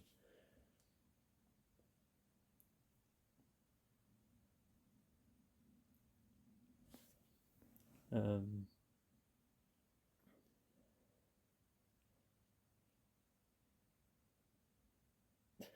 Not the best idea, but good in theory.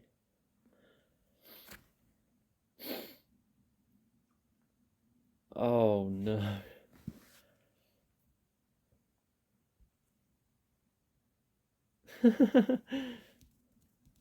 Fair enough, Peter thought Robbie's computer was getting messed about with by someone else when he was trying to use it, so maybe that could be the reason why Robbie said that earlier. Also, just looking at the previous scene, between Terry and Kreese, because Terry's had that long look. I think a part of him probably still thinks that Terry's still going to continue because as he said, he's come this far. Um, um, but yeah, just pointed that Terry's still not 100% into the idea. Anyway, so Kenny was hoping to get trained by Robbie. Robbie is hesitant the idea, and I remember this, but this was earlier on. Gosh, that is that my God, that is a lot in that locker. That is quite a feat. How do you do that?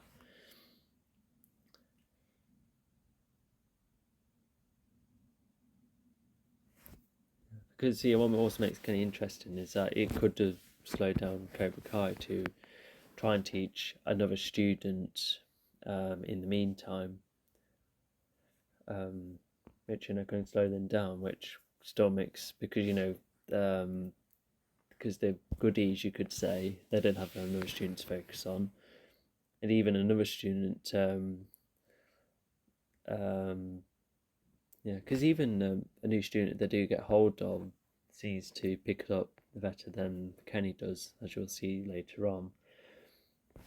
But anyway,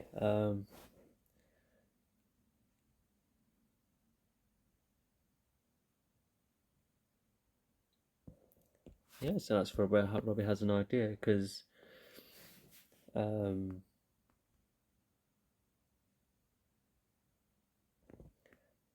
yeah, because karate is about strengths and weaknesses, which is also just a minor part of this season. I also like this scene as well because not only Daniel helping out with the car, and Daniel then talks to Miguel about how he slowly got to his business. There was the bonsai tree before then, and how he spent the college money on going to Japan.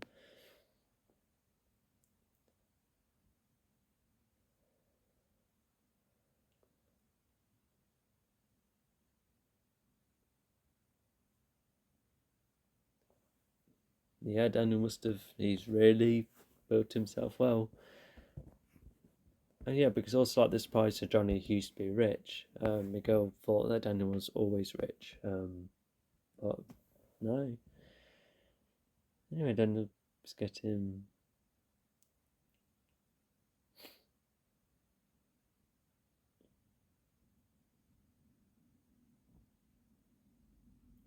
Yeah, I vaguely remember that. Yeah, because I think in the second film, Daniel did fancy leaving the valley because of what happened with Ellie.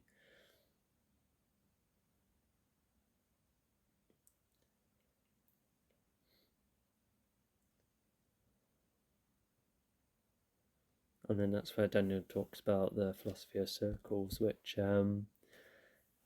is an interesting detail, and it matches with what we've seen before. Mm. It's just a really nice message as well. It just goes to show that you don't always have to have these proper stepping stones. If as he said, just going along with finding somewhere in the circular path, then you can get to where whenever. Oh no, how much time has passed?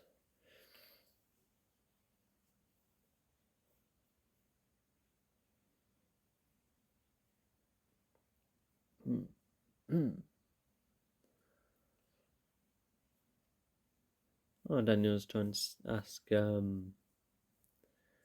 Oh, I remember this. Sorry, my voice is going. Yeah, so Daniel trying to be supportive of Samantha, but presumably because of, the way Daniel talks about Samantha. But yeah, looks like Samantha is, um, just being a bit more independent. Yeah, and poor Johnny willing to give up. Well, we're spending hours up there, nothing's happening. So no, now she's going to. Oh, at least the mats are there. Oh, and I think the students do have a go. The rest of them, they do have a go, even if, um, even if we don't see it. But yeah, for her to do it, she seems to feel a lot better. So yeah, she's been a bit more rebellious, which so yeah, see, I like that aspect of her actually.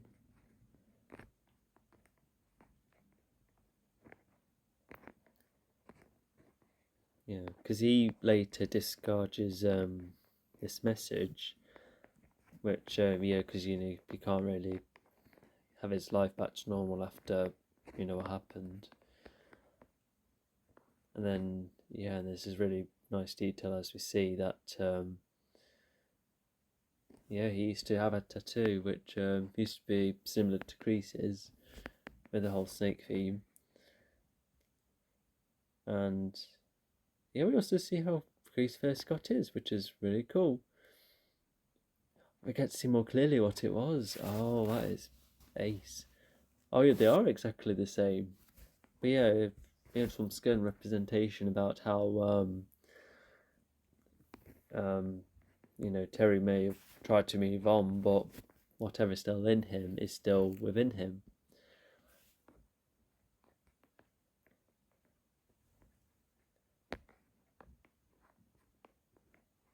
Oh, okay, so they're about to start off the dojo, so that's cool. But then, as you later find out, Terry has this all sorts.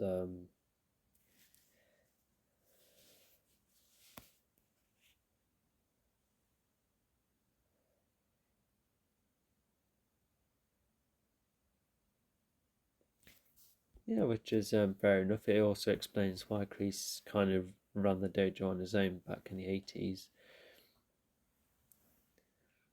But yeah, Terry can still help with the payment in that. And we also have a reason why he can't refuse his dad as well. And he also has the hairstyle of his mate that sadly died.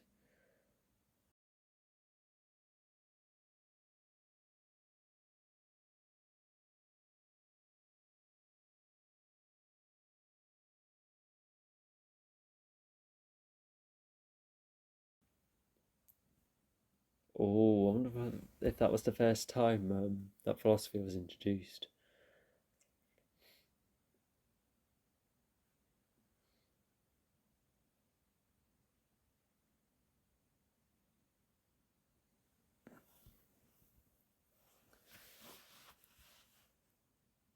And also another interesting detail, because in the third film, it was John Kreese who responded, but this time it's Kreese asking for it, which acts as a very nice parallel.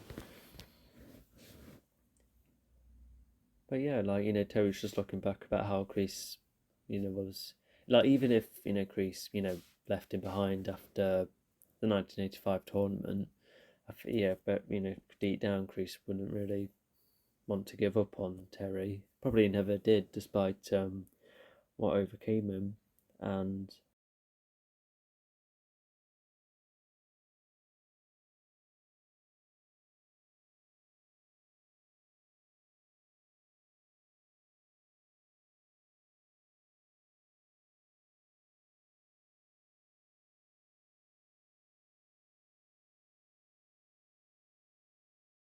um, so um, yeah, it's I'm kind of tiny bit hesitant because I think there's definitely more of a reason why Terry, made his final decision despite the dilemma in between.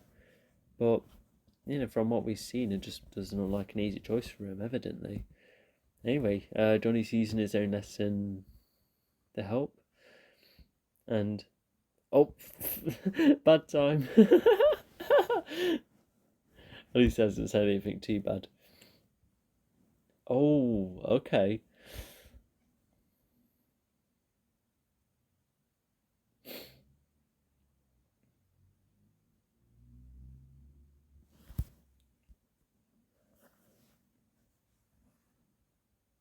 Oh, he's really invested in this.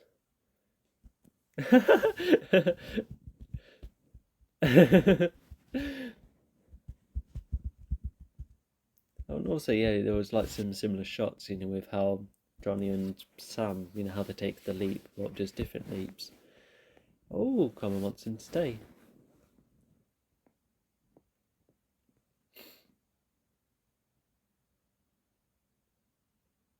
Oh, that's really cool.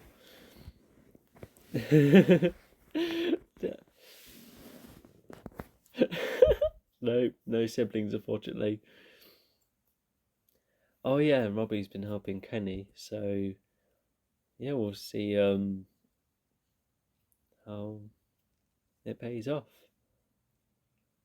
Oh, oh, he's toughened up a bit.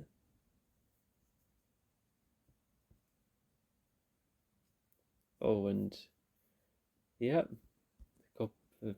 Greece probably someone probably knows what's happened. But at the same time, make it quick. Yeah, Greece is already starting time. At least he has fewer students, especially if they lost a good portion, which is a real shame.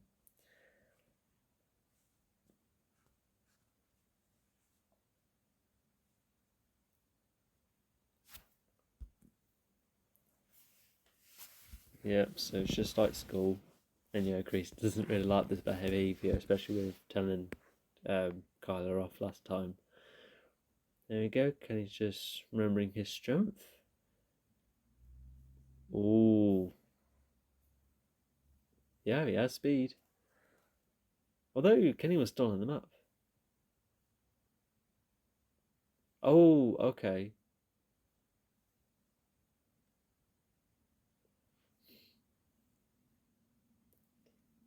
Oh. Oh yeah, Greece didn't mean it that way.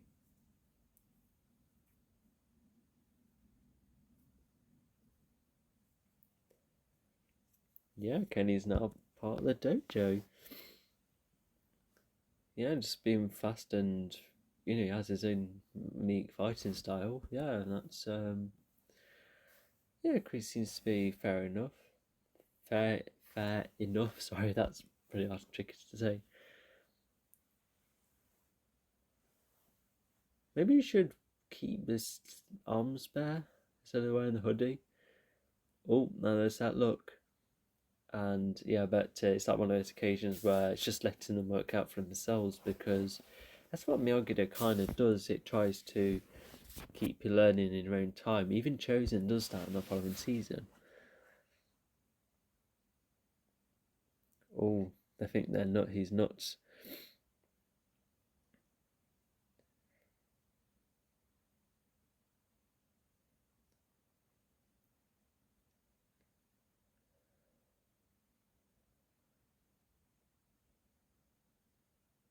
But yeah, I think I remember at the end. Um, yeah, there's that really weird thing where the senseis are with, like connecting the best students. Daniel and his daughter, and Johnny with his substitute son, or like a son equivalent.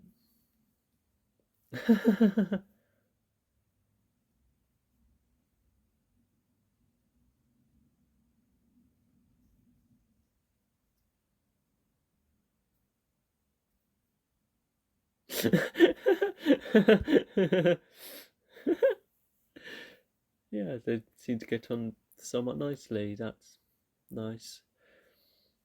But yeah, like Johnny gets a bit jealous. Oh yeah, especially with that as well.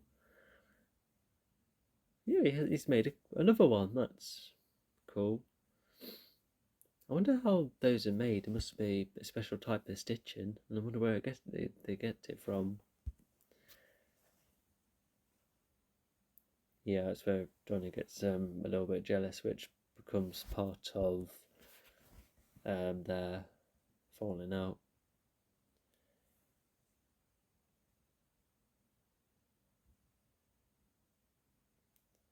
Oh yeah, he's bothered by that, especially with him connecting to Carmen as well.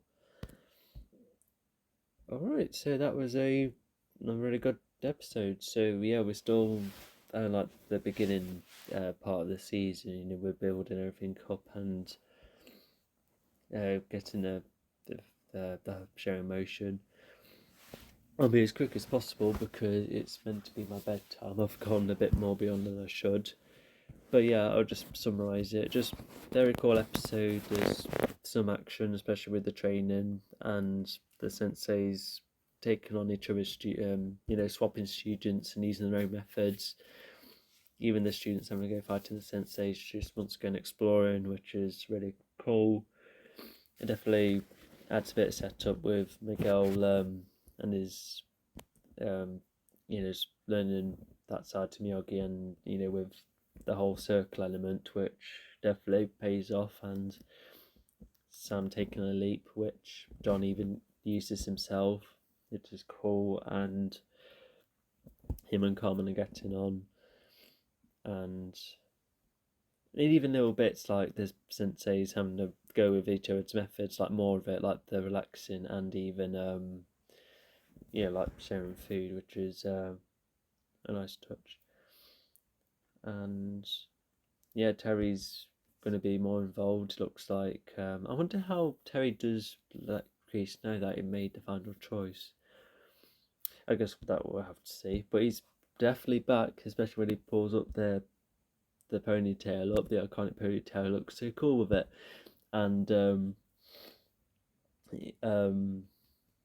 yeah, I remember behind the scenes where they talk about, this is the first time we see Terry in a long time, and it's just treated as a significant moment, despite because the first film, Karate Kid, and the second one had to push are the only significant ones. So Terry's yet to have his time to shine, and this show definitely helps with that, as we'll see more later on.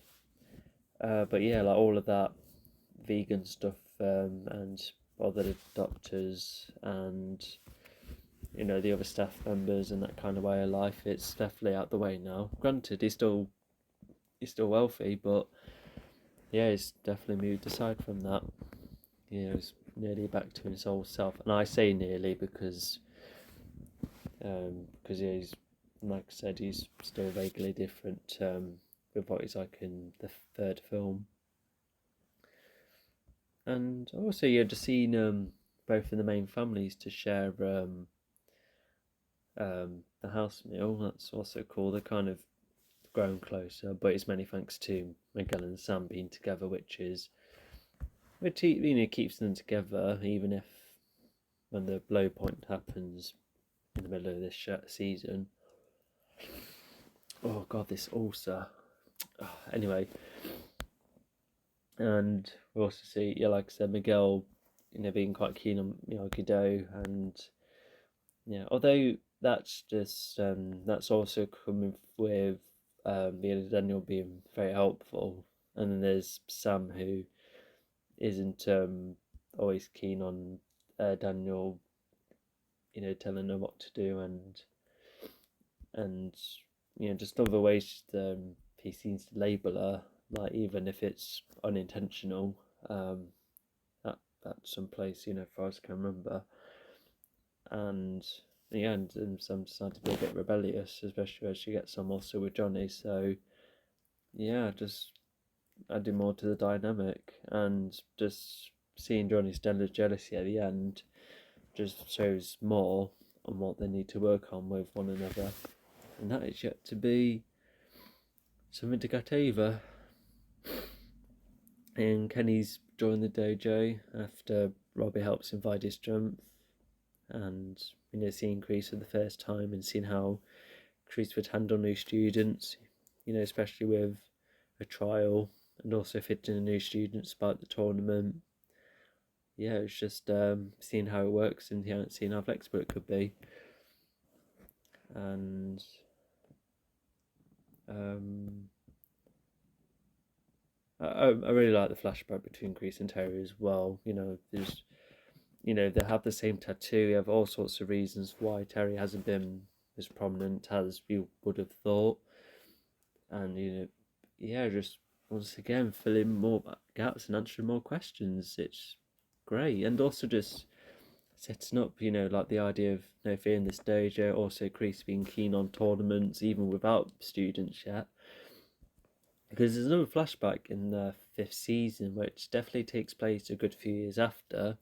It's like 82 or 83, where Chris finally has Johnny, who he sees as the best, and he even gets to a point where Chris seems to like Johnny and the other students. But yeah, because Terry, he doesn't really have that close connection. He kind of does with Kenny later on, but Chris and Johnny's connection is something else, and it just goes to show how Chris is all about the students almost. But Terry's just shown, he likes to show off, with the wealth and what he can do with the students. It's just almost more about him, almost, which that already sets many differences apart from one another.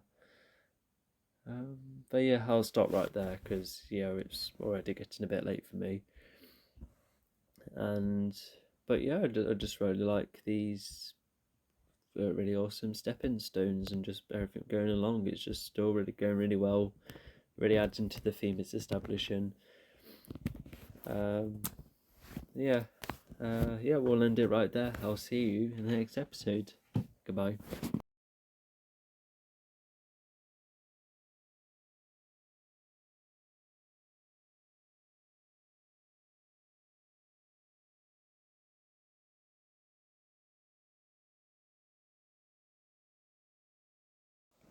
Hello all. This is the commentary for Cobra Kai season 4, episode 4, and yeah, I don't know how to pronounce the word of this episode, but anyway, yeah, we'll just get on with it. So 000, etc., and we'll go in 3, 2, 1, go. And yeah, judging from the thumbnail, yeah, this is where Terry finally joins the dojo, which is pretty exciting. So I'm just doing some rearranging. I'm sat at a different spot again. Okay. Oh, he was the teacher in the during the school fight at the end, where he was like, "No, I'm not joining in this school brawl." Yeah. So it. I think that's a lie, isn't it? Oh, okay, no. Fair enough. So it just shows more of the effects of the season 2 finale. And yeah, is this like a tour for any new kids that have joined midway, or is he going up to secondary school?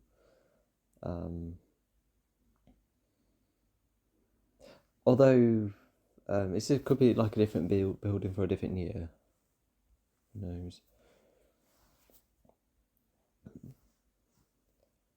I kind of missed that exchange, but and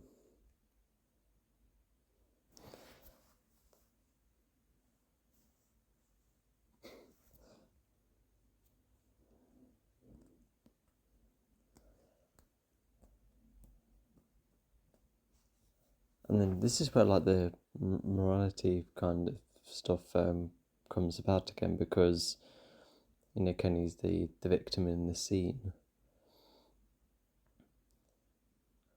and yeah, they two are getting on since they were somewhat rivals. Oh, from some of the training, he nearly does it, but then Pork stopped him, and this is their first encounter with one another, and it's a miniature rivalry that does build up later on.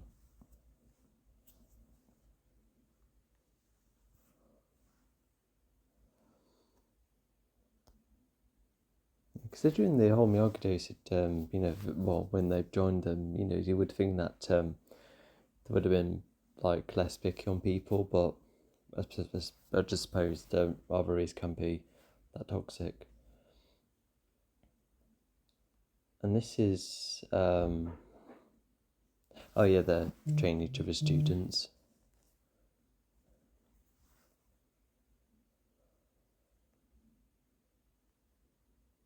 And Johnny gets distracted in a bit, so you can definitely tell the difference between either.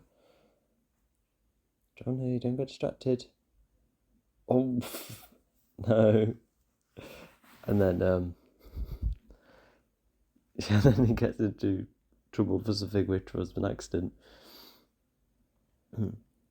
Yeah, one of them does a going kick later on. You must have, and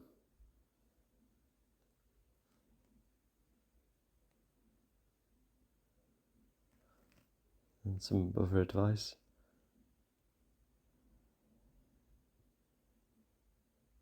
And then that's the breathing technique.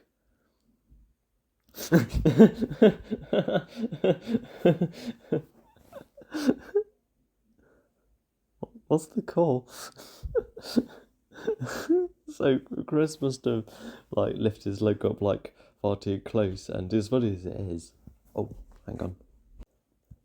What is his favourite? Oh, okay, that's what it was. Okay. And then that further adds to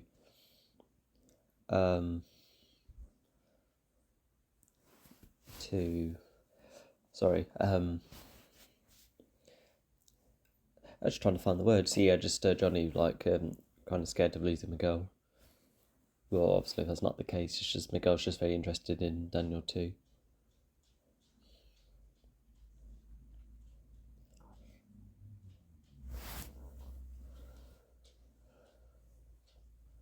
Okay, so they're planning all sorts. So yeah, just shows what they like like to do from time to time. Something like martial arts related, with the film they're going to see later.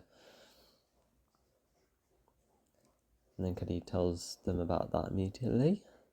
So he does, just them both quite quickly. Oh, okay, so they still have something against Hawk here after he left.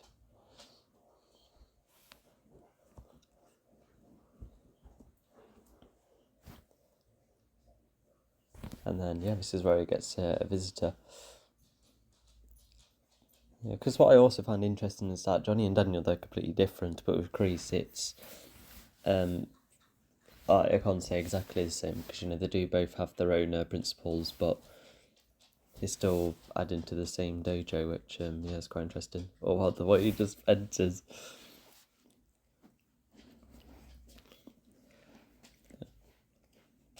Yeah, he's not wrong. Sorry, I'm babysitting. Yeah, right there. Okay, so they've got some respect for each other at this point.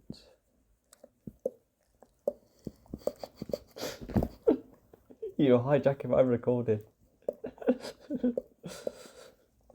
All but to 200, that adds to the tension.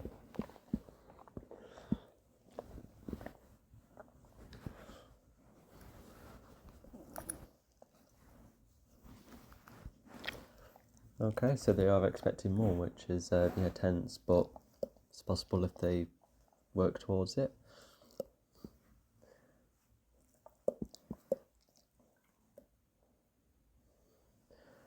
So just further emphasises that these are new experiences for Johnny.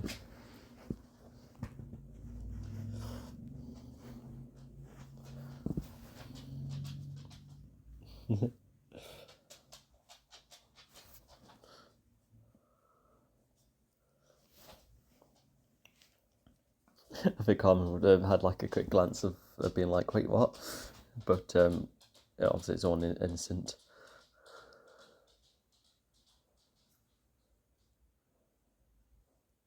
Oh, and that pays off with a dream in season 5. Okay.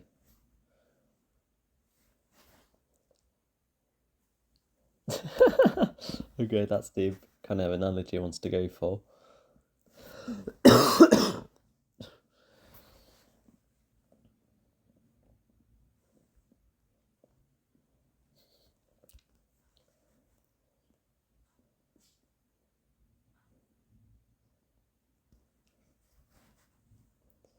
Oh yeah, they better do, yeah. They've been at it for quite some time, haven't they?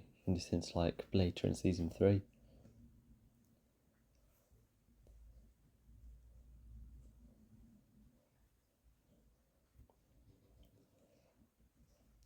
Yeah, Donnie's definitely like quite scared because is it like in the following season where he has the flashback where he was like extremely young and he's worried about not only being a dad but a stepdad too. Yeah, so I think that's where that kind of insecurity comes in.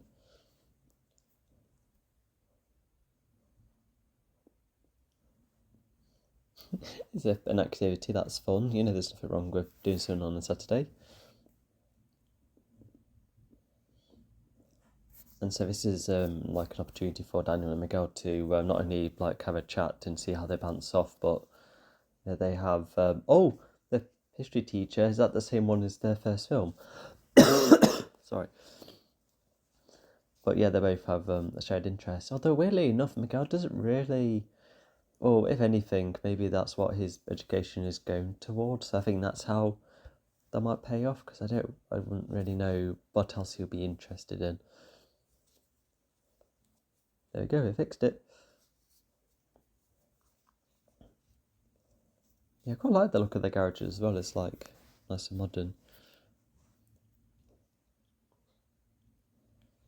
If you're running late, then maybe don't teach him yet.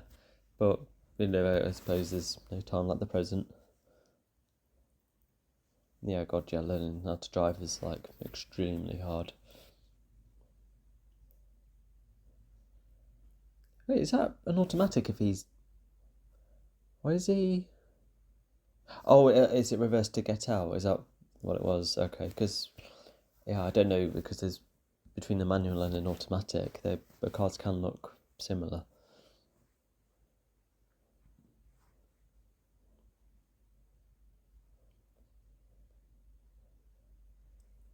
Yeah, why is she there? Why is Sam there in the first?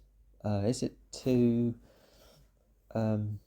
yeah, like Amanda asking her to look out for a certain kid? Is that what's going on? Sorry, um, I was about to say, for a second I thought Tori was going for like a different name, but I'll say that's not the case. Yeah, it's just incorrect. That edited. It looks like a music video of I don't know, like Atomic Kitten or something. And yeah, he has to um, put on the facade, although she's not really into it. Tori, don't stop. Oh, and this is where Amanda's not impressed. Oh yeah, because if Amanda has been trying to help Tori, then she's gonna feel quite sorry for her. Also, I like this scene, but why are they them two having their own space? Is it to update Kenny?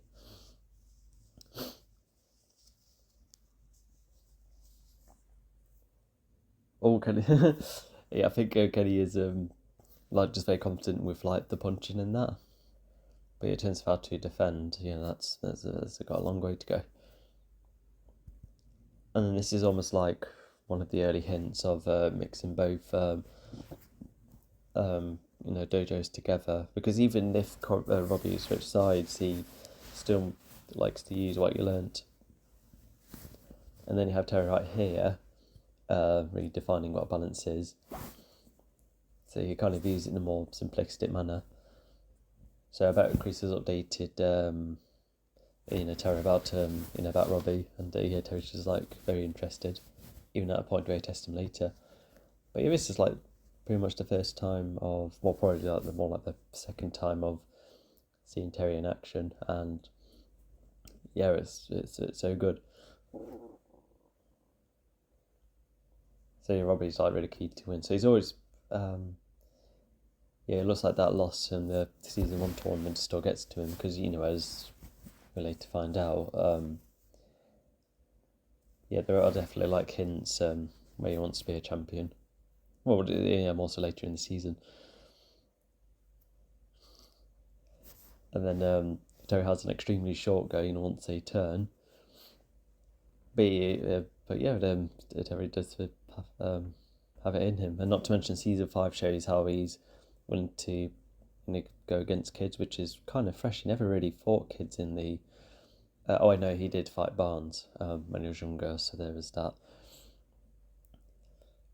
Oh yeah, gosh, it's always, well. I think Terry used 2 out of 3 of his ideals. Yeah, didn't really quite hit the face. And then Terry knows something is up, so that shows more about how he's able to read people well.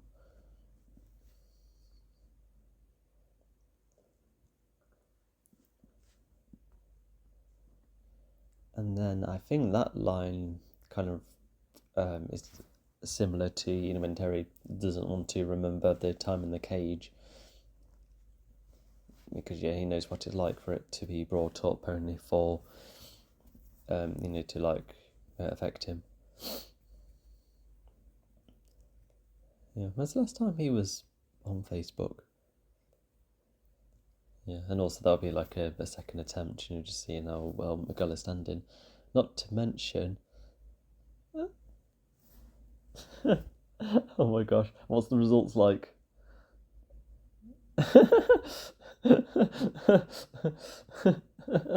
Oh my gosh, there was just like no consistent result.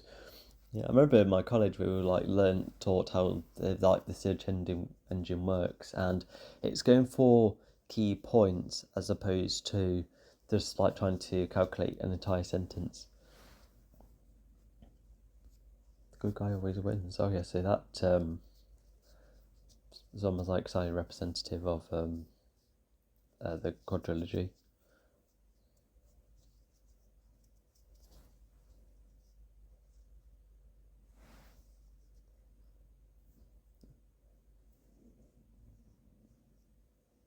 Yeah, what was the stepdad's business? And I think Johnny must be like less than 10, and yeah, and the mum seems to have like a fairly grown-up conversation about potentially having a new stepdad, although because of what Johnny is definitely not keen on that idea. Imagine if he didn't have a stepdad at all. I wonder how that would have gone. Would he even still go for karate? How long has he paid all of those stuff for? Must be quite a long time. And then does the mum? Oh, okay. The kid didn't quite look. Well, okay, he is a bit more upset then. But yeah, like even the camera's going to get thrown away, which is a real shame. It just really goes to show how the mum really, doesn't want to remember, the actual dad. Yeah, it must be so hard.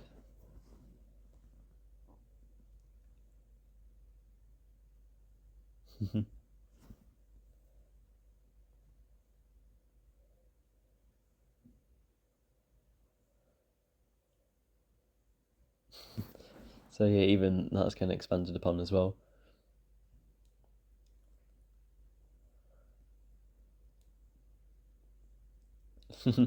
Let's go back to the previous season. If there's enough time, then yeah, you do stop.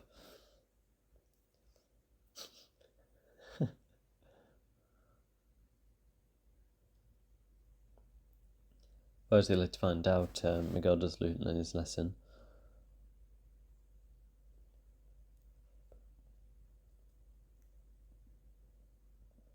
Oh yeah, gosh, imagine if he didn't learn driving when he did.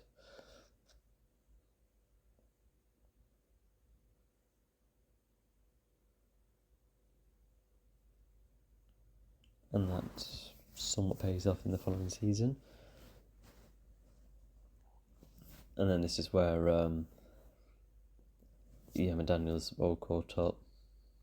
Actually, although we do, is learning more about Miguel actually, so it's new information to us too.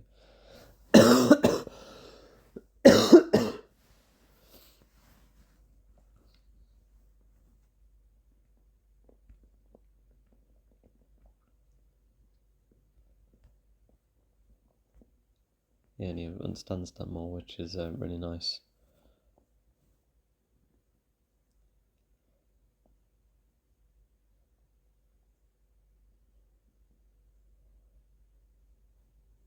Yeah, so another similarity. Yeah, they don't really get to talk much after this, but I feel like that's like enough of a good catch up.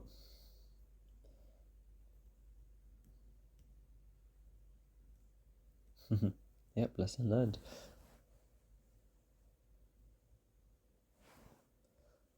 Oh yeah, and then she tries to.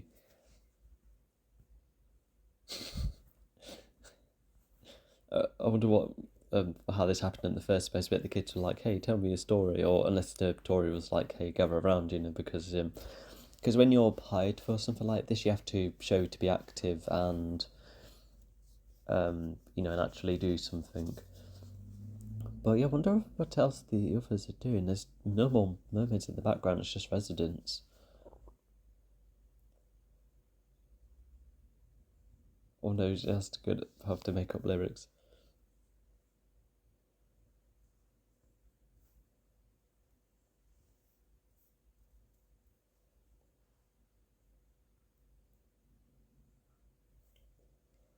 Oh, okay, that's mean. Yeah, poor Tori, she was just like all uncomfortable throughout. Okay, that's why she has an idea, but luckily the glitter was there.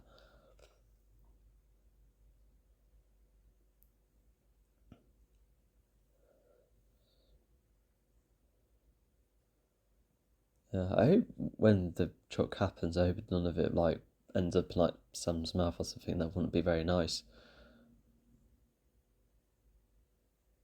Oh gosh, it could even come in her ears. Okay, no, it was airborne, so I don't think. Okay, yeah, luckily, yeah, the kids just like threw it upwards,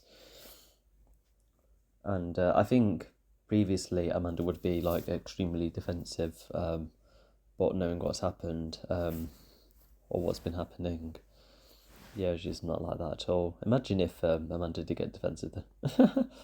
More of that, I suppose. And then, yeah, how many times have they seen each other?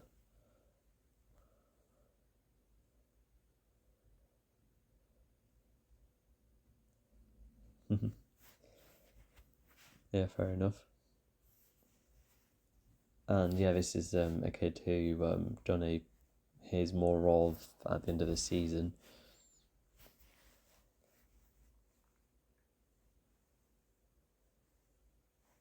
Oh my gosh, imagine if he was. And as yeah, because yeah, but Robbie's like just thinking.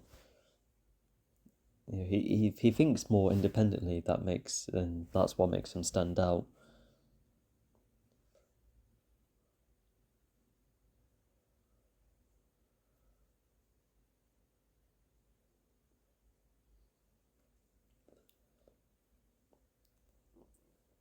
Oh, so that's what some of his theories.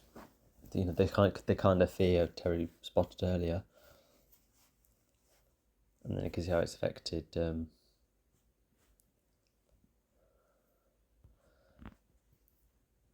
Yeah, I think that's a sort of way for telling Robbie to go because he's fed up with him.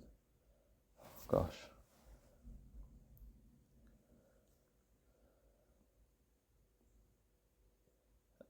I think Daniel would be referring to a provisional license, like a pre-license, because McGill would have to, unless he is going to get a lesson like that early or test that early. That is quite lucky, but um, it would have to do what's it called, hazard perception, and the theoretical test too.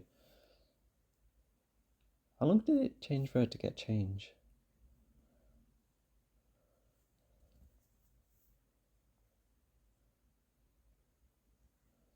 See, Amanda's trying to see both sides. That there is like still some telling off to do, but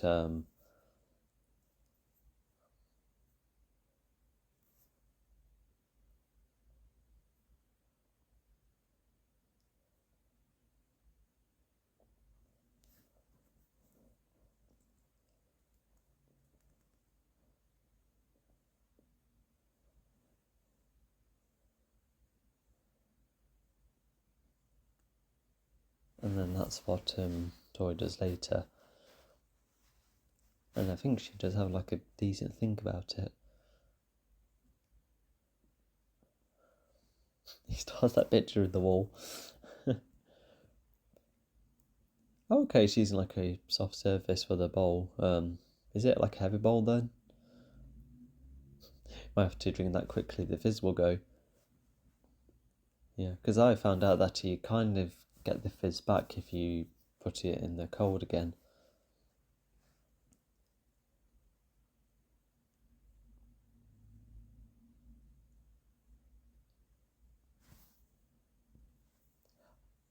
Something else I thought of earlier is that would Johnny be selling his department once he gets more involved with Miguel, etc.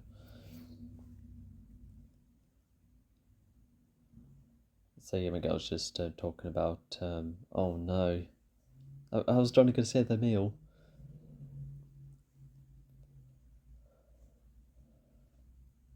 And yeah, Miguel is just being honest, but he's not trying to replace Johnny. It's just a new experience. Oh no, what a miss.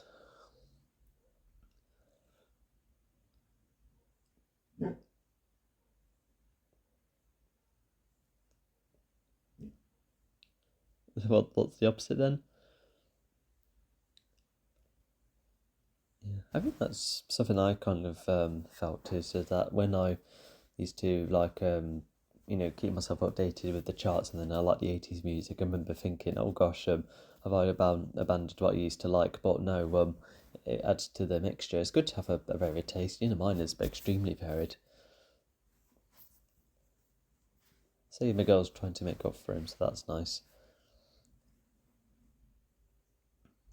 And is that Jean-Claude Van Damme, the film? I think so, because does he do the iconic move? Oh yeah, he does, and yeah, that is him.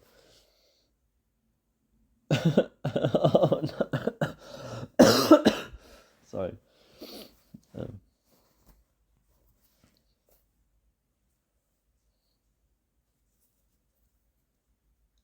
I don't think she was really watching it. Though does okay, Tori does decide to keep it to herself.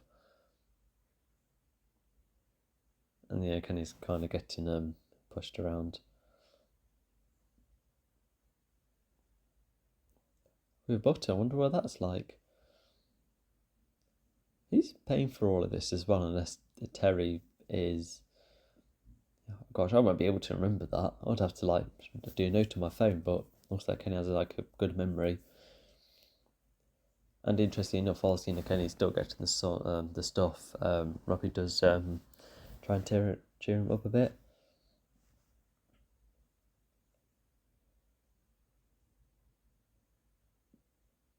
And Kenny somewhat does.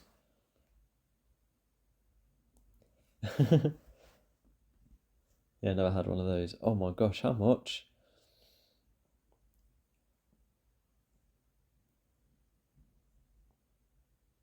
So they must have come just about now if Kenny's going about in the same way. Oh no, if that's like Terry's money, then I don't think he would be very impressed, even if it was like a couple of quid. And this is where the whole black and white stuff kind of the grey area kind of mixes about a bit because they're the aggressors, although Tori must have told the others. And how and why did they come here? Did they even mention about coming here? Although again, the screen is kind of showing some opposites. And then Dimitri just completely diffuses the tone, well, almost. Oh, okay, so that's a chat about Amanda, so I don't think Tori's keen on Amanda at the moment.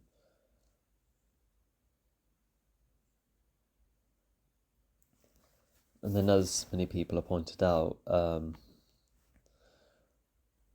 because if they did fight again, then it would have caused police trouble. But instead, in the Miyagi do like to have a smart move under the belt.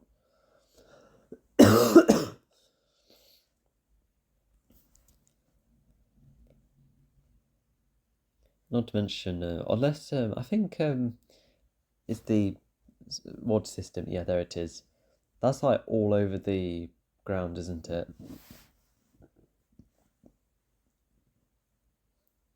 Sam's not really impressed. She probably finds that like a dumb move, because I bet she was really keen to throw some punches, which probably goes back to her being influenced by Johnny somewhat. And then Grease and Terry took note of this.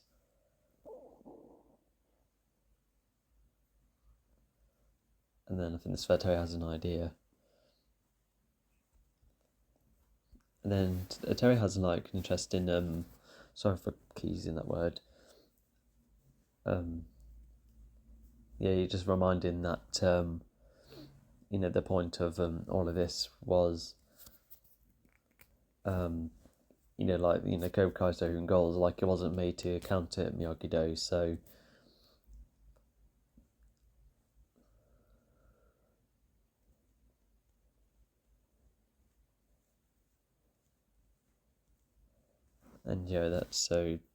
Chris still has a grudge against Miyagi. Not to mention, aside from a couple of cases, Terry doesn't really talk about how Mr. Miyagi might have affected Terry, because he's the kind of guy who I don't think would have lost much. But Chris seems to be quite insecure about that. And there's also kind of need to build up on that flashback earlier.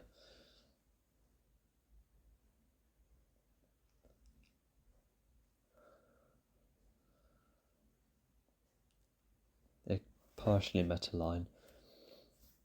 So the students. So from now on, the students aren't really going to fight, aside from one case that doesn't really class as a fight. So the students kind of leave each other alone, and Terry and Chris kind of do all the legwork, from this meeting later on, alongside what happens in episode 8.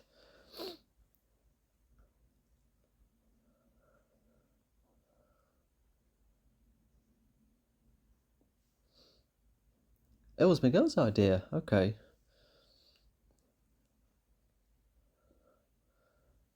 And even Johnny isn't really impressed. It looks like Johnny doesn't quite understand the. Hang on, the not being there, therefore no fight. That's like something like Miguel's almost like somewhat picked up upon, but Johnny isn't keen on that idea.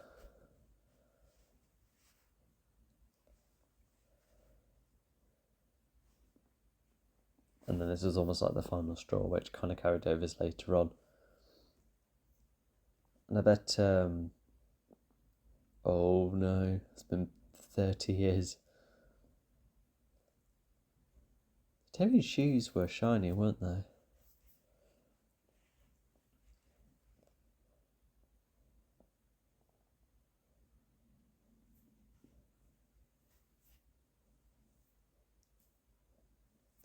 So even back then, Terry did see Kreese as the leader, although that does get challenged later on. Wow. Because I'm not sure I mentioned this before, but I was quite curious with how Terry could have influenced any of the students, but I think you already kind of see him influencing the likes of Robin, and Kenny, so I think that is enough for that side of things. Although imagine if he did have a chat with Hawk or Miguel and be like, or just say something that knocks their confidence further or something. That could be kind of cool, but I think that probably adds a little too much. And not to mention if Terry is focused on the students and the kind of character who doesn't really want the rivalry to happen in the first place, then I think that's what I could see both sides happening. But yeah, it's a very what's a different word for interesting? I'm not sure, but definitely updated with all sorts. Because looking at the episode now, you start to see both students learn a bit more from Ivor Sensei, and then Miguel spends a lot of time with Daniel, and I'm surprised the opposite didn't really happen with Johnny hanging around with Sam, for instance. But Johnny already had this his own like little plot where he's getting into go about Lucy Miguel and getting shouted by Robbie and the flashback. So that was quite neat to explore. Do learn a bit more about then. And yeah, Terry joins the dojo, so that already adds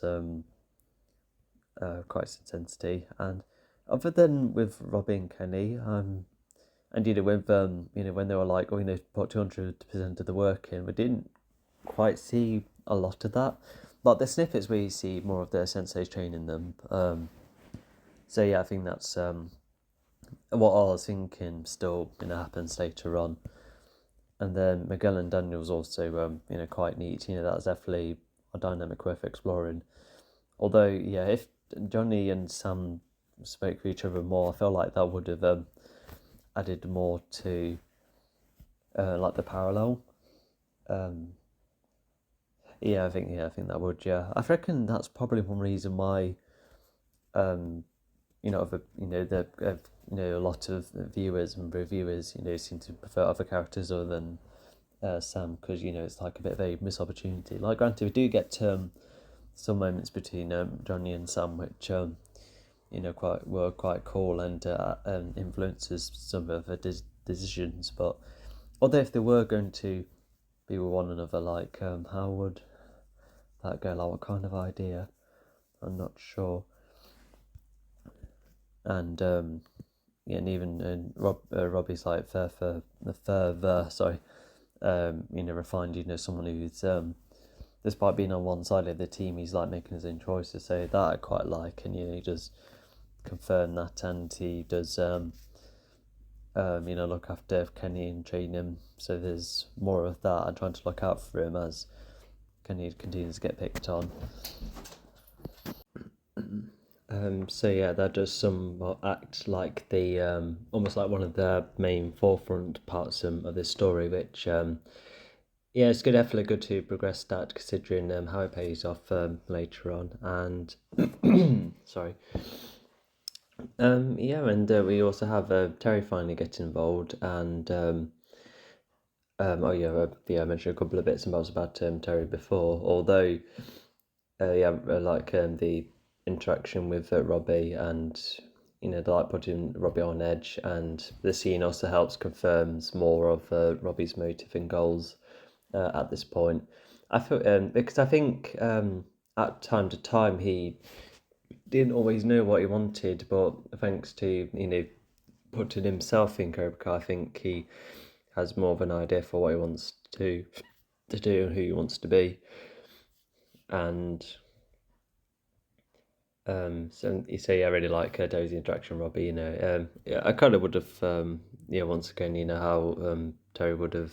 You actually do get to see moments of him interacting with Tori and Kenny and a couple of the others, and also season 5 it also explores more of his dynamic with the students as well.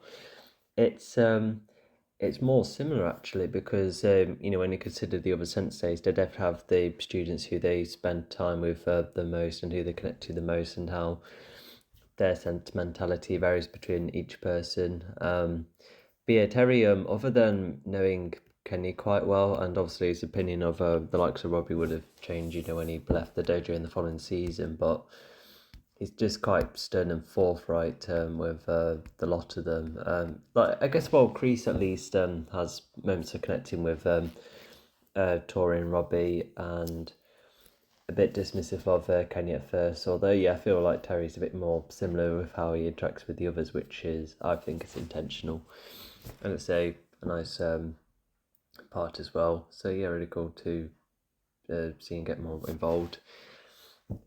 And what else is there too?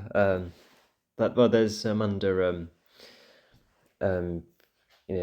she's starting to become more sympathetic of Tori. Not to mention when she nearly hits like a breaking point, Amanda's like, "Well, okay, fine, but at least my door's still open," and that I see later on. So I think that's like a nice setup for later on. It's like a partially like a subplot which it doesn't have an awful lot of scenes, but I think it's still nicely built up considering what the ladies' rivalry has been like, between Sam and Tori. So yeah, something like that.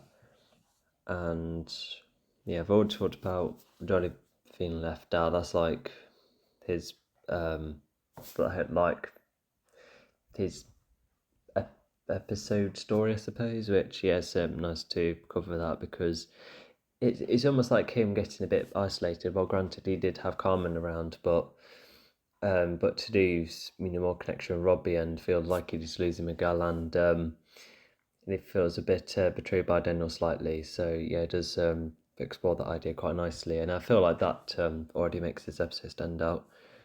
And also, yeah, the opening minute shows how the school is,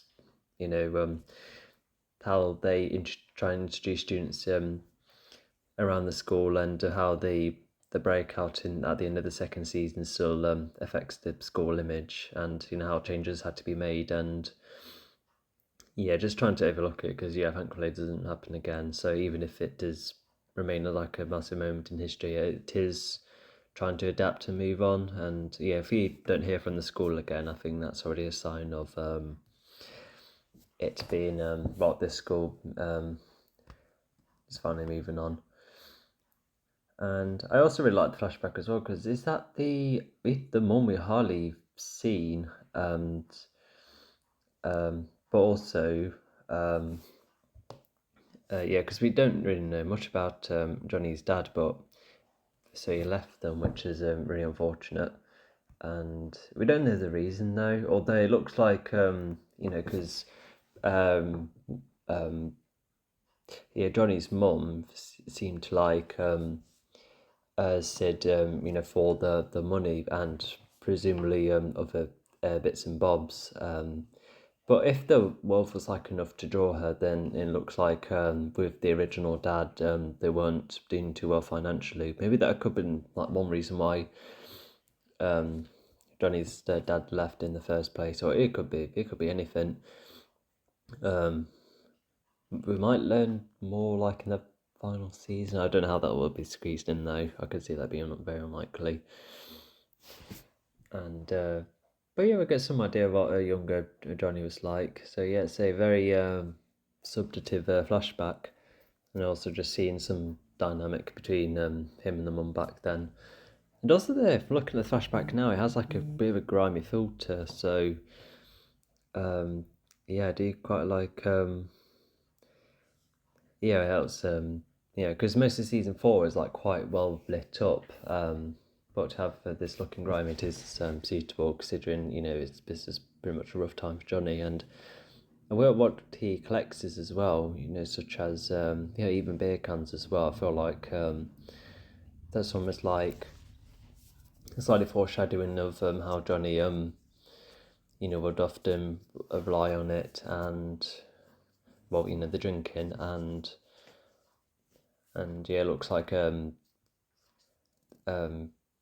so just watching it again, just I don't think looking at the can itself is enough to make Johnny, completely look back on that. But it was just on top of everything else, is in his insecurity as a person, and questioning if he ever would be like a good dad to Miguel or Robbie, either way.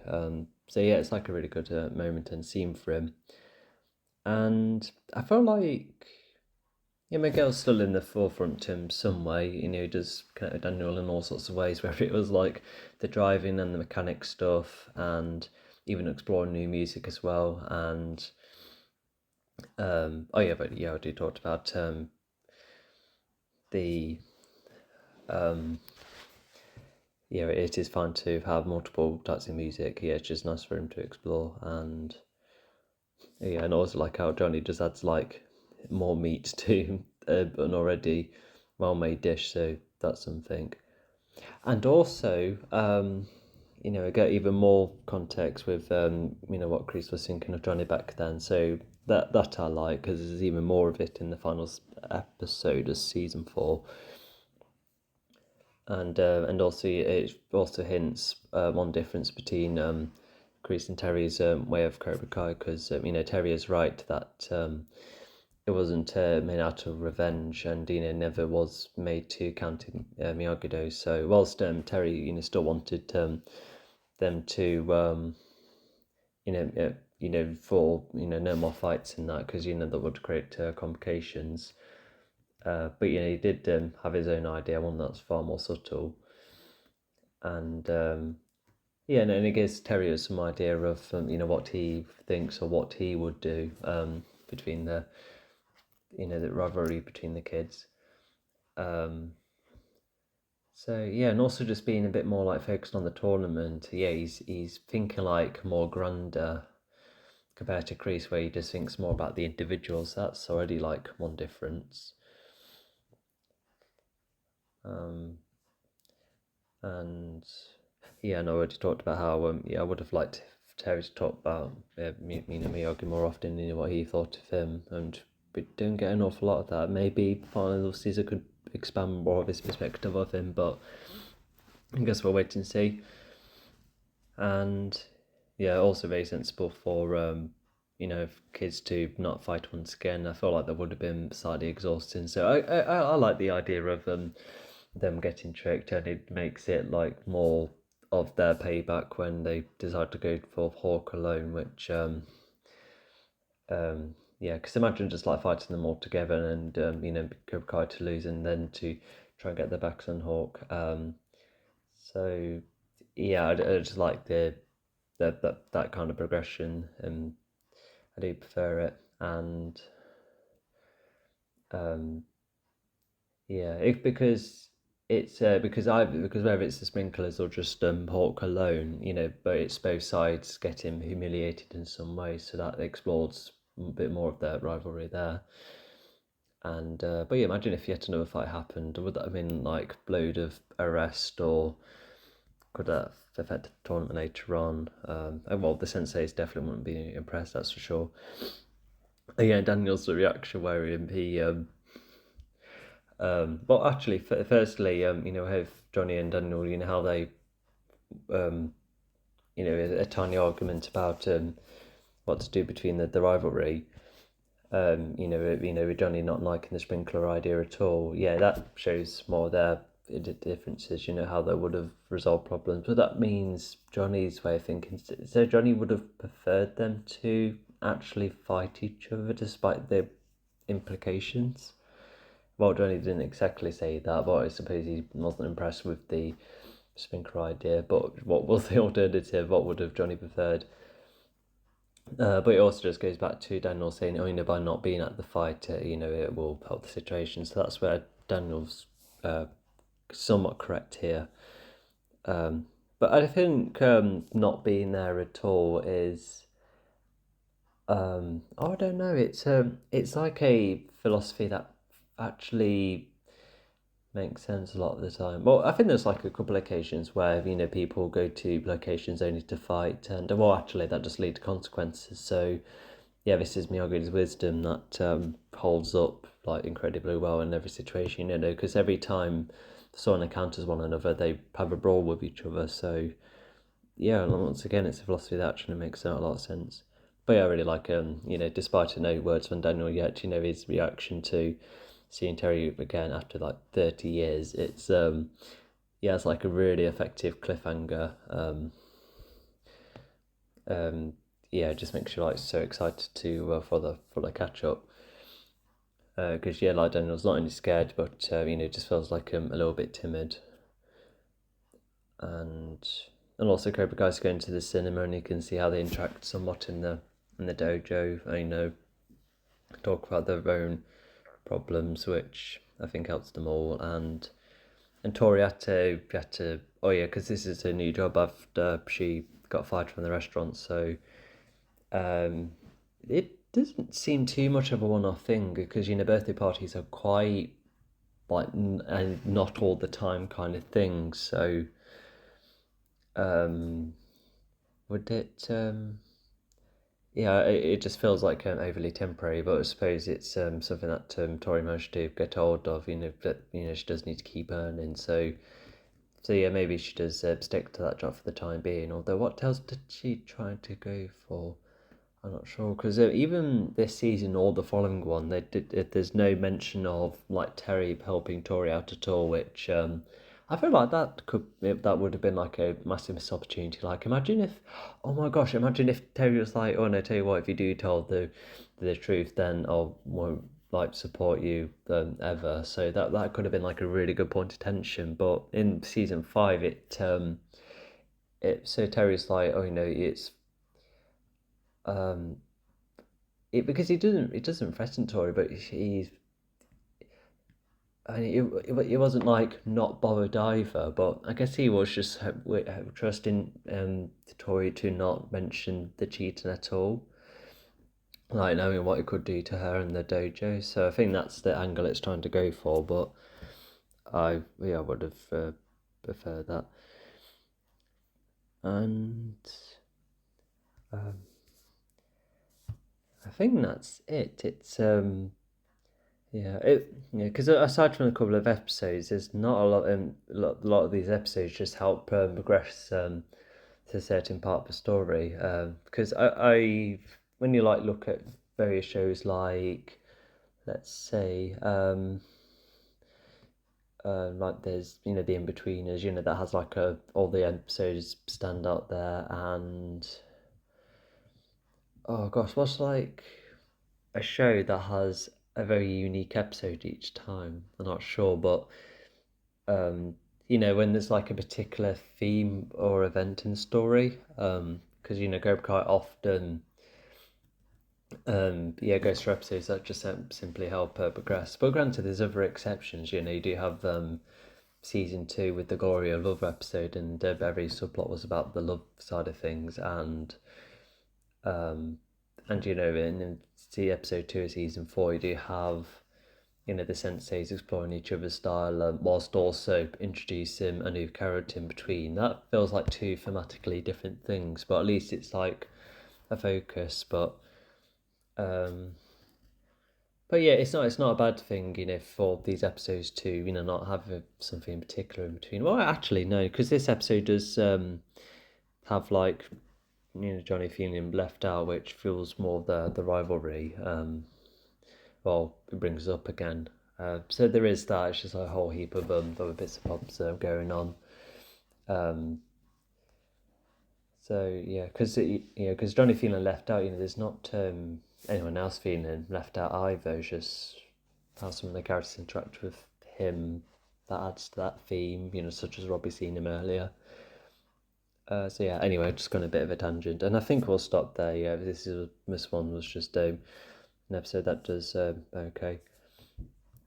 And there was also a couple of I said just one more thing about Tori's job. Seeing Sam and Miguel again, having that. Because Tori's not with Robbie yet, so there's that kind of jealousy that fuels her as well. Especially after trying to humiliate Sam, and that's done almost nothing despite covering Sam and glitter. So yeah, that must really sting for her, and also just seeing how Sam and Tori interact with kids as well. That's something that obviously never comes up again. They don't see any younger kids ever after this. Unless season 6 won't have them back or anything. No, definitely not. I guess it's just a bit more of exploration, and one thing it is just primarily adds more to between Tori and Sam, and Tori and her jobs, and Tori and Amanda too. So yeah, there's that too. So yeah, we'll start right there, and I'll see you next time. Hello, welcome to the recording for Cobra Kai Season 4, Episode 5. A bit short on time, so if you have your recording ready, and we'll go in 3, 2, 1, go.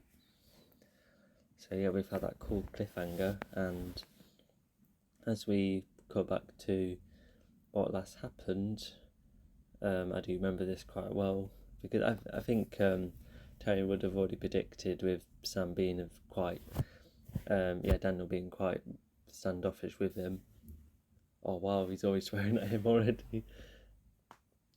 Yep, Terry kind of predicted that. Even George just wondering what this connection is all about. But as we see later on, Johnny's definitely caught up to speed.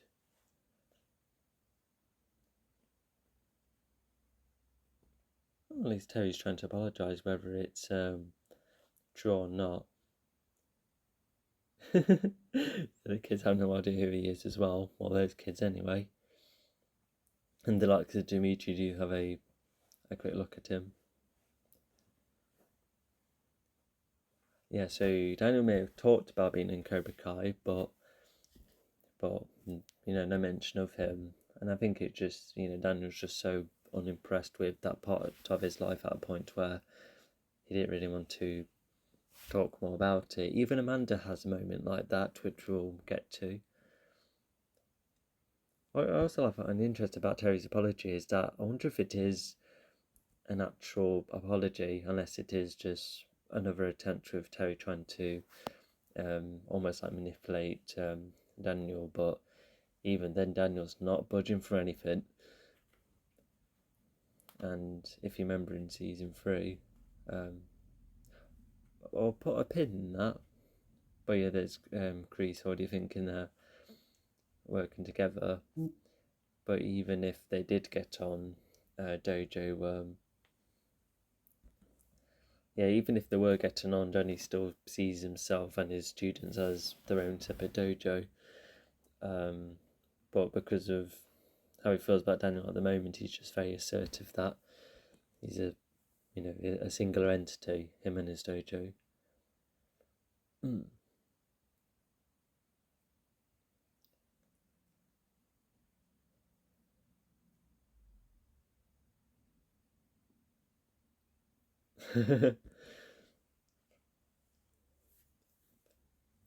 Yeah, with the look on Terry's face, he kind of shows a bit of frustration because maybe it's not all gone his way. But if you remember, what I thought about with him just appearing could have, created the falling out, well, part of the falling out between Johnny and Daniel.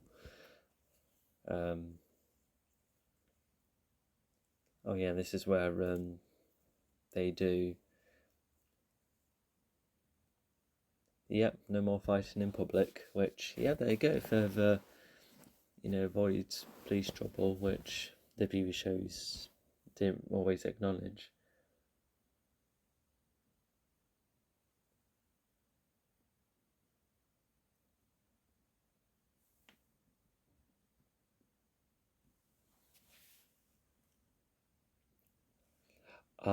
Yeah, yet another thing. So Kreese is very keen on attacking back, but Terry seems to be more keen on the idea of looking back in it and then losing it at the right time. To which, they both sound like Cobra Kai foundations.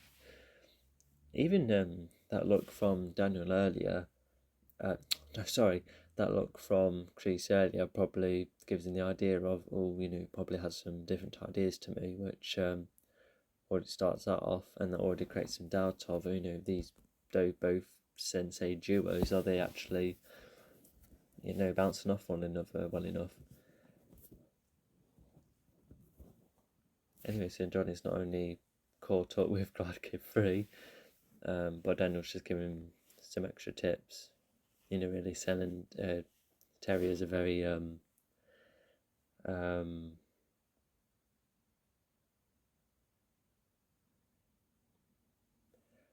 that's something else that Terry could have predicted, because of course they're unaware of some of the disagreements, mainly with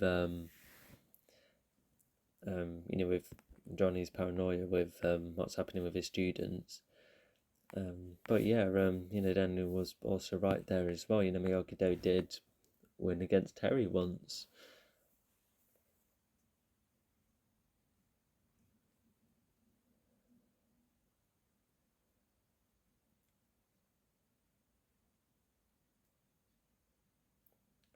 Once again, truth on both sides.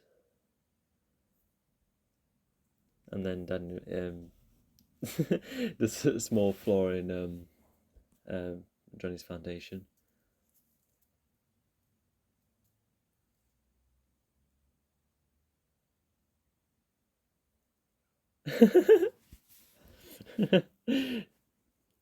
Yeah, at least noise is acknowledged, but yeah, that barman's gonna stick away. Stick away? No, stay away rather. And then it comes to this because they're bringing up about the 1984 tournament again.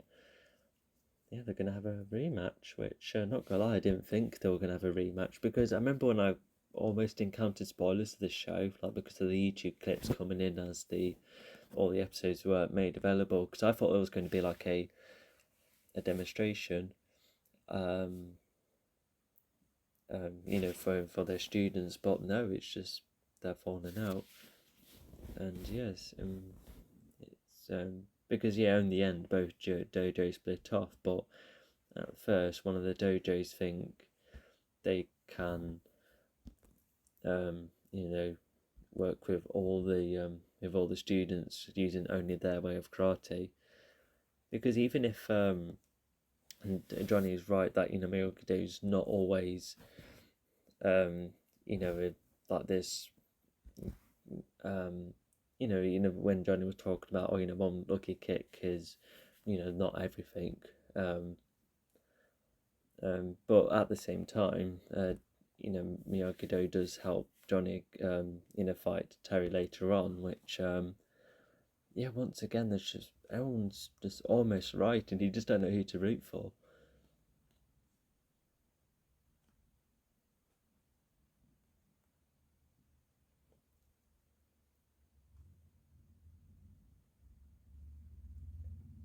Okay, so that explains why we don't see her in season 5 at all, I don't think. Well, at least we get an update on their relationship, I suppose.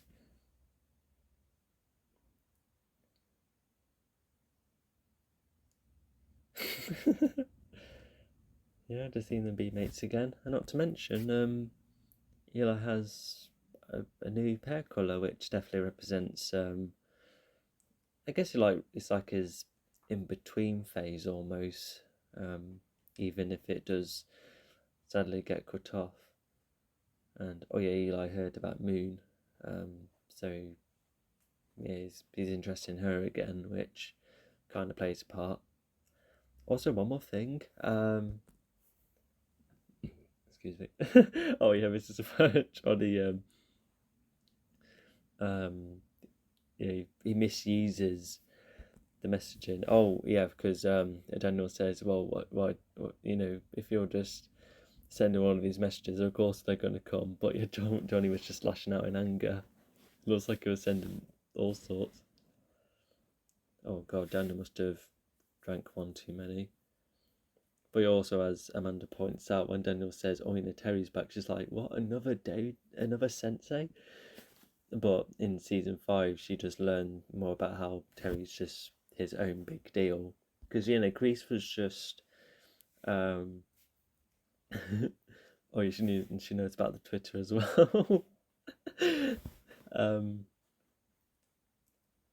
but yeah, like Grease was just his own little threat, but with Terry it was more personal, which is explained by Amanda's sister later on, who is another familiar face.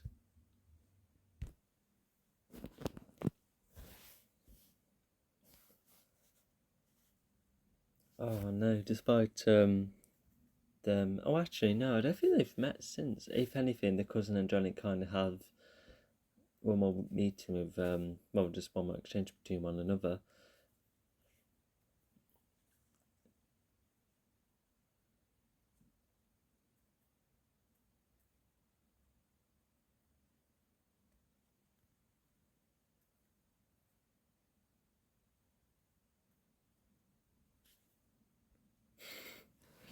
Yeah. Even if Daniel's line is a bit of a joke, yeah, a lot of them like Mike Barnes or there's no one else from either from his past, unless could be another Cobra Kai student. Apparently, there's one more who hasn't appeared from Johnny's roster, and um, yeah, and there's Kim as well, but she has nothing to do with Daniel's history. Oh yeah, this is where they kind of have their own training montage, and there's this moment that kind of makes me sad where Daniel talks, he talks to Miyagi's frame, and he says, "Oh, looks like um, this working together might not work." And I think, oh yeah, is that a deleted scene? That one, I thought it is. Yeah, Johnny's looking back on all sorts, but yeah, Johnny's like the strong one out of the two. And Johnny's just taking frustrated out and everything at a point where it just becomes quite absurd.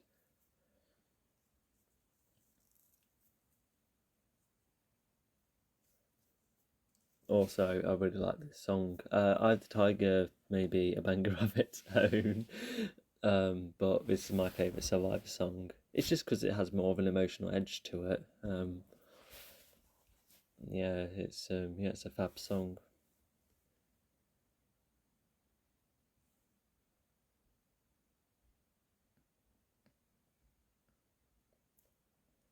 Oh, he could have been influenced by Johnny's training at a point where he doesn't want to show his own weakness.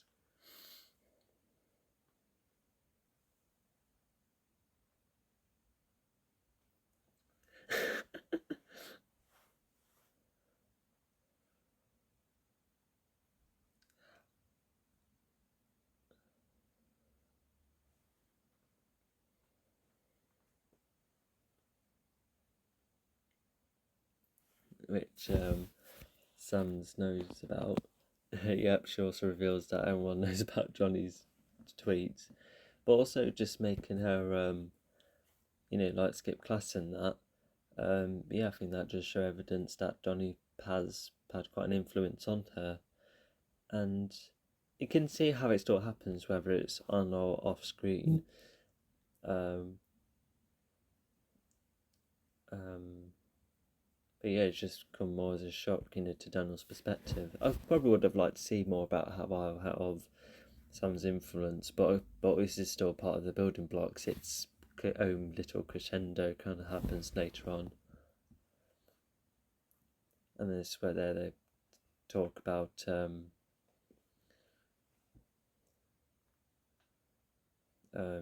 just more about the dojos. And I think something else I like as well is that some people probably don't like the idea of Sam occasionally being right compared to Daniel, or being able to like speak herself, but at the same time, she's still old enough to uh, talk sensibly.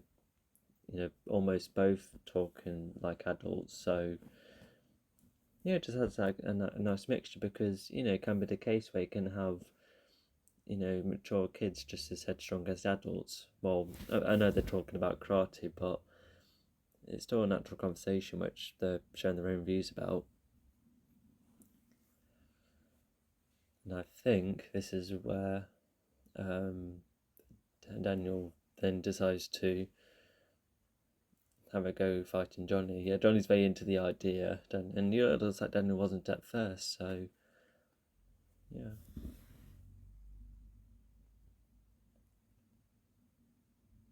Also, these kicks are very similar to Grease's, well, no, Terry's own kicks rather.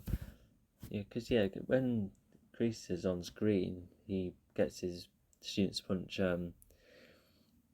every now and again, or use hand movements. But for Terry to lead them, get those students to keep kicking, it's almost like two halves. And not to mention, Terry, I think, is more of a kicking person, especially when he was trying to fight Miyagi.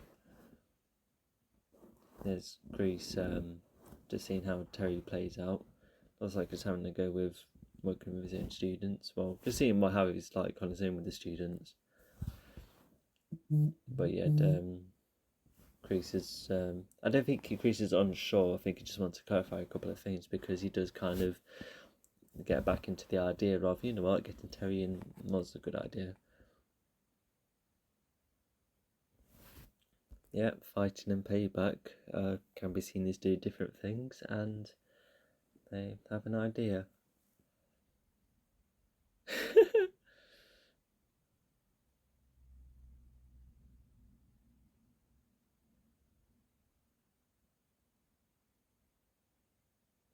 yeah, Paul Miguel's a bit a bit unsure. But yeah, for Johnny to try and think of ways to counter the crane kick, that's already quite an interesting detail because Chosen knows how to counter a crane kick, but it looks like Johnny has to find his own ways.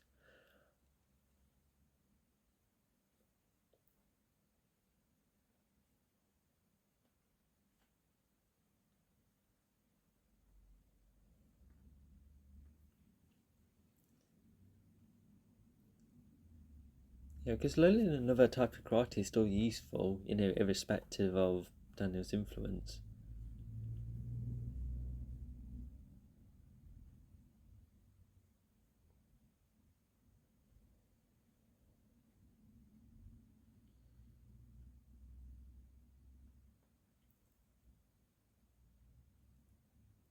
I think he's trying to be supportive of Johnny there, just trying to be on his wavelength without causing an argument, but you can still tell that he's not into the idea. And because of that conversation, I think Johnny's just trying to get back into gear.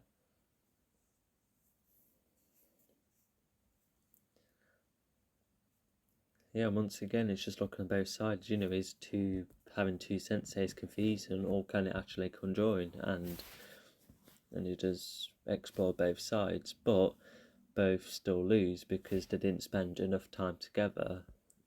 Because if they did, work together sooner, in another timeline, then they would most likely have won. Yeah, Daniel too is looking back. Yeah, it's just an example of Daniel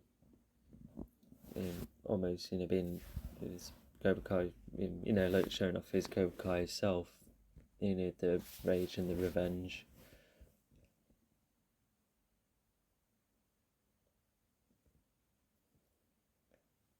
Yeah, I just also like how many there's just all sorts that Daniel talks about with Miyagi. Well, even if Miyagi's still not there, it's a way for Daniel to cope. Also, not to mention, looks like Terry mainly probably has his hair down in some fancy situations because he has his ponytail up in season 5 when the auction happens involving the bonsai trees. If that rings any bells.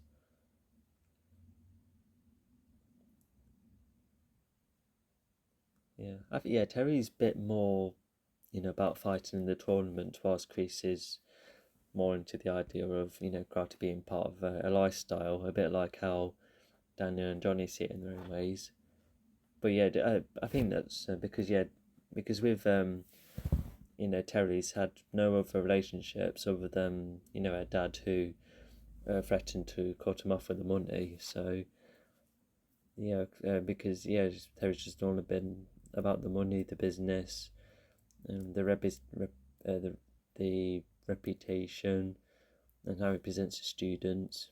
So no wonder he's like one of those characters who doesn't put karate and life together.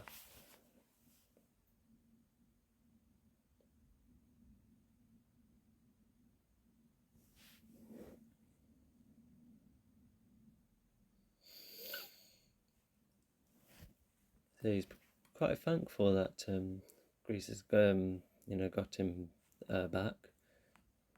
Back how he used to be. And it's just almost found a new purpose. Thanks to Greece as well.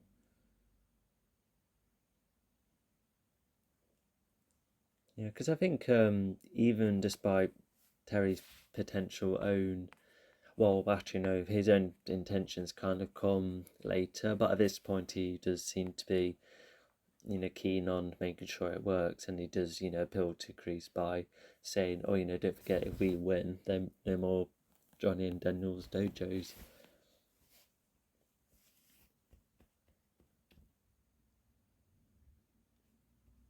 Yeah, does he get to?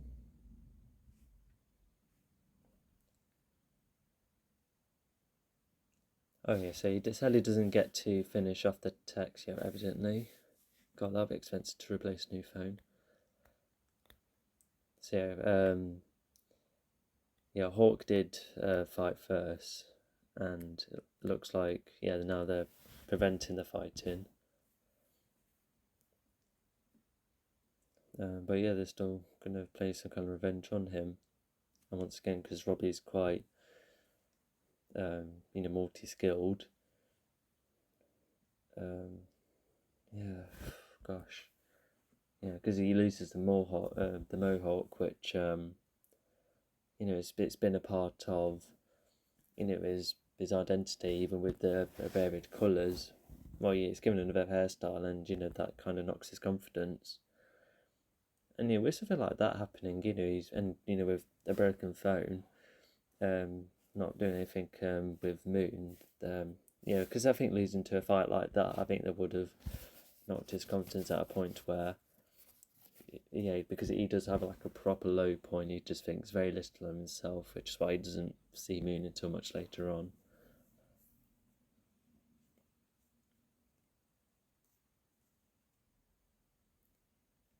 And not to mention, I do like Chris being the cameraman, and then Johnny thinks a different angle is there, but no. It gives Chris a bit more personality, so I like that. And despite not getting on, there's just like a mutual, almost like a mutual. Well, I guess just to meet them, it's just because they both agree that it can only be one of them, and not to mention throughout this fight, Miguel and Sam represent the opposite senseis, which are further rages, both of them. Yeah, Johnny strikes first. Oh, did Johnny do like the double punch method, which Daniel picks up upon in season 5, and him try to commentate? Yeah, I suppose it helps add more, just adding more of the crowd into the scene. Because later on, Daniel numbs. Oh, Daniel struck first. Then I think once again adding to the Cobra Kai in Daniel, as you could say, as Terry says later. But not to mention, Daniel makes one of Johnny's arms numb, and you might have thought, I didn't he do all of Johnny's body, but I think not only would it probably require specific following moves afterwards, but that's as Chosen says, it's more so for a situation that has to be stopped. But in this case, it's just Daniel using it lightly to to give himself the upper hand, which could be seen as controversial. Once again, could be like Cobra Kai of messing about with with various tricks, just like now. So I think that's why. Oh yeah, even Daniel does a no, again confused with Daniel's back fist, which he does in the first film. Yeah, that was a back fist whilst Johnny was on the floor, as opposed to that kick then. But also, they do kind of talk about the whole fighting dirty thing, which is kind of acknowledged. It kind of shows that Daniel's not quite himself. Also, they do win at the same time. There's a draw, which oh no! For a second, I thought it was like Miyagi implementing.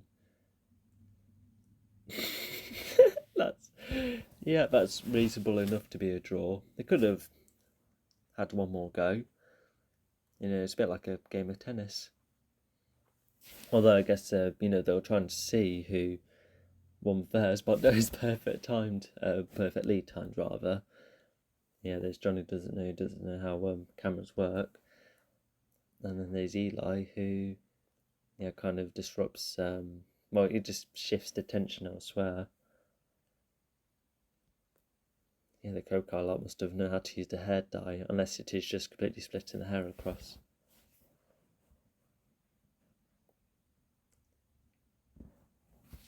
And yeah, this is pretty much the final conversation which splits not only the senseis but the dojo. There's Johnny being all revengeful.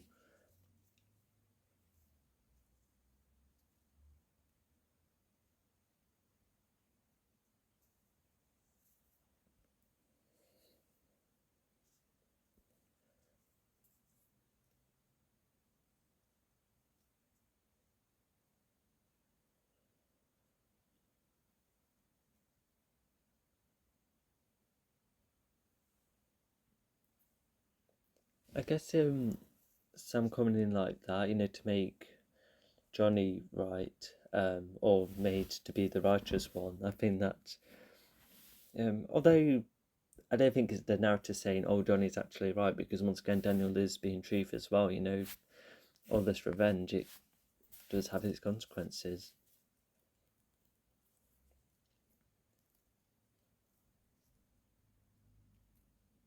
Yeah, not to mention, Eli and Johnny. Other than that, they don't spend a lot of time together.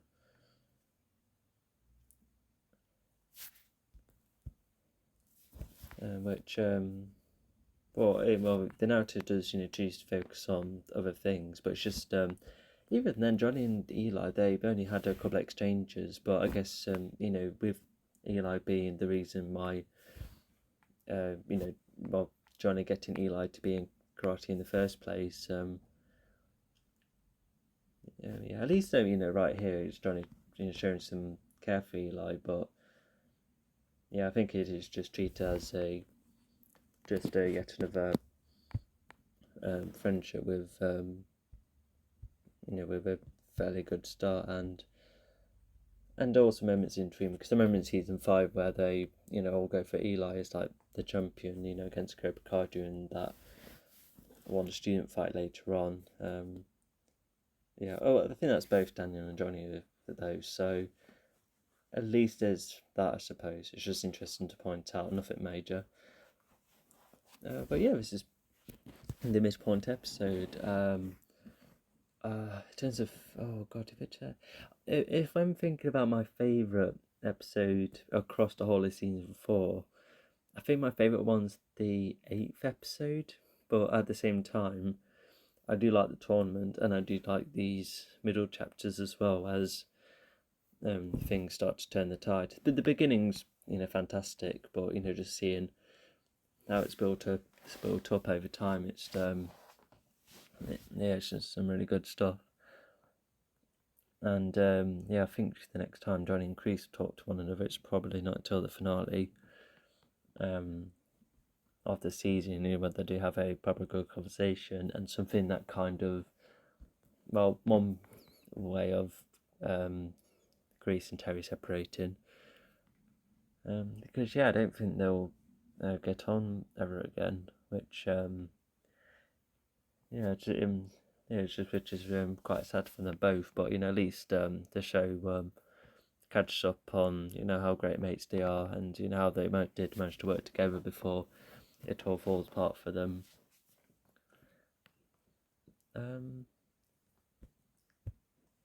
So yeah, once again, I think Terry just showing up and thinking, oh, if I just show up, then that's part of how they start falling out. I think it's like a fun idea, but it's a bit of a stretch, and you never know. Maybe Terry just more realistically, maybe Terry just thinks, oh, now they split off, and that's where I can come up with a few more ideas for myself. So that's no way to see it, I suppose. Yeah, and also briefly seeing Terry lead the class as well. Just seeing his own ideas, and also just seeing more differences between Kreese and Terry. And because they managed to get on in the end compared to Daniel and Johnny, yeah, once again it's just constantly shifting the scales. But the Cobra Kai duo, managed to stick together, despite the differences. Granted, they do have a falling out, but at least they've pretty much been on the same boat throughout. a boat of some kind. It doesn't result in one of them leaving.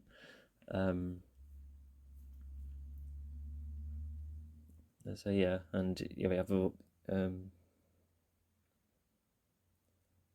sorry, I was just thinking what else to say, but I don't want to keep repeating points. It's hard to do conclusions sometimes. Not to mention Daniel and Terry, they only speak to each other twice. And we'll get to that the second exchange, but the first one, it's definitely, like coming after, since the last met, with and and what they currently think of one another, and what they think of each other is, well, Daniel, still thinks of Terry as just a massive, monstrous threat, etc. And but with Terry, however, with Daniel all grown up, he tries to be, even if the sorry is fake, at least the words were said, and I guess he tries to be mutual, and it could be a hint of manipulation, and that pretty much can be said for the rest of the exchanges, even in season 5. And yeah, I'm already looking forward to that as well. And not to mention, Chris didn't get to finish off the deal in season 3 because John interrupted Chris by saying, "Oh, we're totally going to win the tournament," but Chris is like, "Nah, I didn't get to finish. You'll be losing the dojos if we win the upcoming tournament." So yeah, at least I got that answer.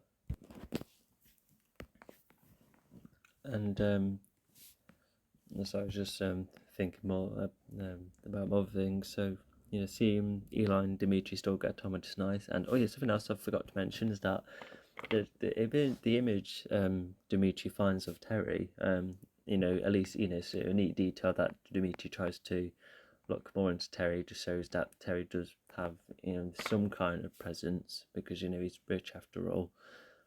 I'm gonna see what that post says. But yeah, also that's just a normal image of the actor which you can find on Google. I would have preferred another photo entirely, but I suppose it still looks like him. And but not to mention the actor Thomas Ian Griffin. He's I think this is the first time he's acting in ages, because I remember in an interview, because not only did he get more involved in script writing, but he wanted to focus on his family after a good few roles during the 80s, Karate Kid being one of them. But yeah, glad he's back, and I think he should do more things, because I really like the actor. I'll be really interested to see what else he does. But if he's not interested in doing anything else acting wise after this, that'll be totally fine. It just goes to show how much I do seem to like both the actor and the character. Yeah, you can definitely tell that they're one of my favourites. Either actor or character wise. And also, Moon's back in the picture, which is part of Eli's development, and Eli is almost in its own little low point, which I can see that in stories. Sometimes someone hits a low point earlier, depending on what the story looks like, and then if it's built up in a similar way to the rest of the structure of the story, then it's fine, because because Eli does get more of his foot in when Moon is there during the tournament, not to mention where Daniel admits the idea of let's actually start blending the fighter styles together, and that's where where Eli starts to find more of his footing again. You can't really say he come back to his former self, but it's almost like his nicer self, but with just a lot more confidence and a lot more skill, which is just like the best of both worlds, really. And and also for the students to carry on being smart by, because with Miyagi-Do's and the sprinklers, they despite not getting the back on all the students, just picking off Eli, I think that still says something, because all the other students could have been picked off like him. Well, not everyone has a hairstyle to mess about, but it still sends a message, still shows that they can't be messed with.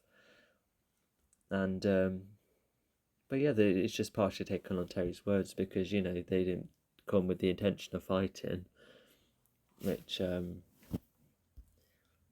once again it's just almost mixing up words, questioning the whole morality of everything. And Robbie's definitely a part of that dojo. He's almost like the leader of the students.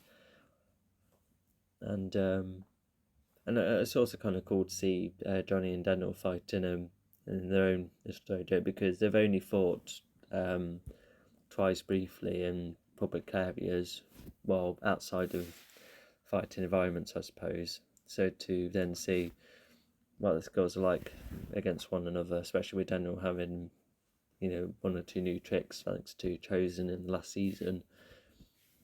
Just really cool to see that play out, and they almost look like how they did in the first film, and also interesting for Amanda to be introduced on who Silver is, even if it's briefly, because that does play into a bigger role later on in season 5, because with Kreese out of the picture, for Terry to continue that annoyance, it makes sense. She gets a bit of annoyed herself. And if I'm right that some deleted scenes were used about just the one where younger Daniel and Johnny were fighting each other with splatting plates at each other, if that was a deleted scene, then it's cool to be reused, because the only other example I can think of, when a film or any other projects did that, was in the film Glass, where a deleted scene was used to it was during that time where, what's the song called, oh my god, what's David Dunn's song called again? Oh damn, I can't believe I forgot its name, because I love that trilogy. But it was part of the son's questioning if David Dunn was actually a hero or not, and they used a deleted scene which also kind of covers the idea of, is Dad actually a superhero. And it's just really cool for the deleted scenes to be using flashbacks like that. It's just something I would like to see more so, because it just makes the deleted scenes a bit more useful, and it probably saves a lot of time as well. Some people could think of it being cheap instead of doing a totally original flashback, but if scenes have been filmed and not been used, then why not use them? And I'm someone who's just very resourceful, so that's why I'm quite keen on the idea. But going back to this, after the last episode kind of covers Miguel's influence from Daniel, we see Sam's influence from Johnny, and despite Sam's influence being a lot more brief, especially as it's just mainly covered in one conversation with Daniel, alongside a couple of actions throughout this episode and a couple of the previous ones. So at least it's clear, and it does show more of a parallel between the senseis losing their star student. But I would have liked to see more of some signs of more of how Sam gets influenced. Maybe like a couple more conversations with Johnny, perhaps, and maybe Sam liking how Johnny's lifestyle is, perhaps, to see how Miguel likes Daniel's way of things, with cars and that.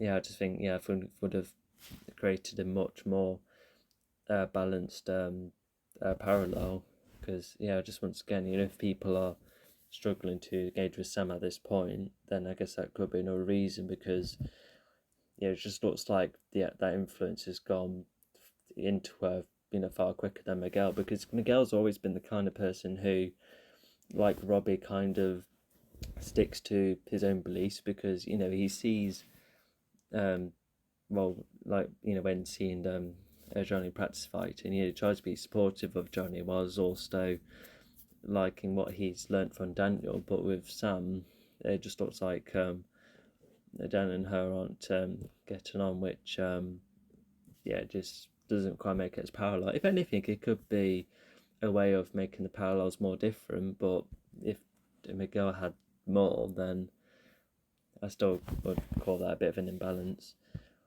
But never mind. It's just another improvement to stress, I suppose. And the training montage was amusing. We also could just see how different Daniel and Donnie is, especially with how they train themselves, further as the differences. But yeah, just rewatching that restaurant scene between Chris and Terry to see what else there is. But like I said, just highlighting some differences they've had, and then ending up getting on.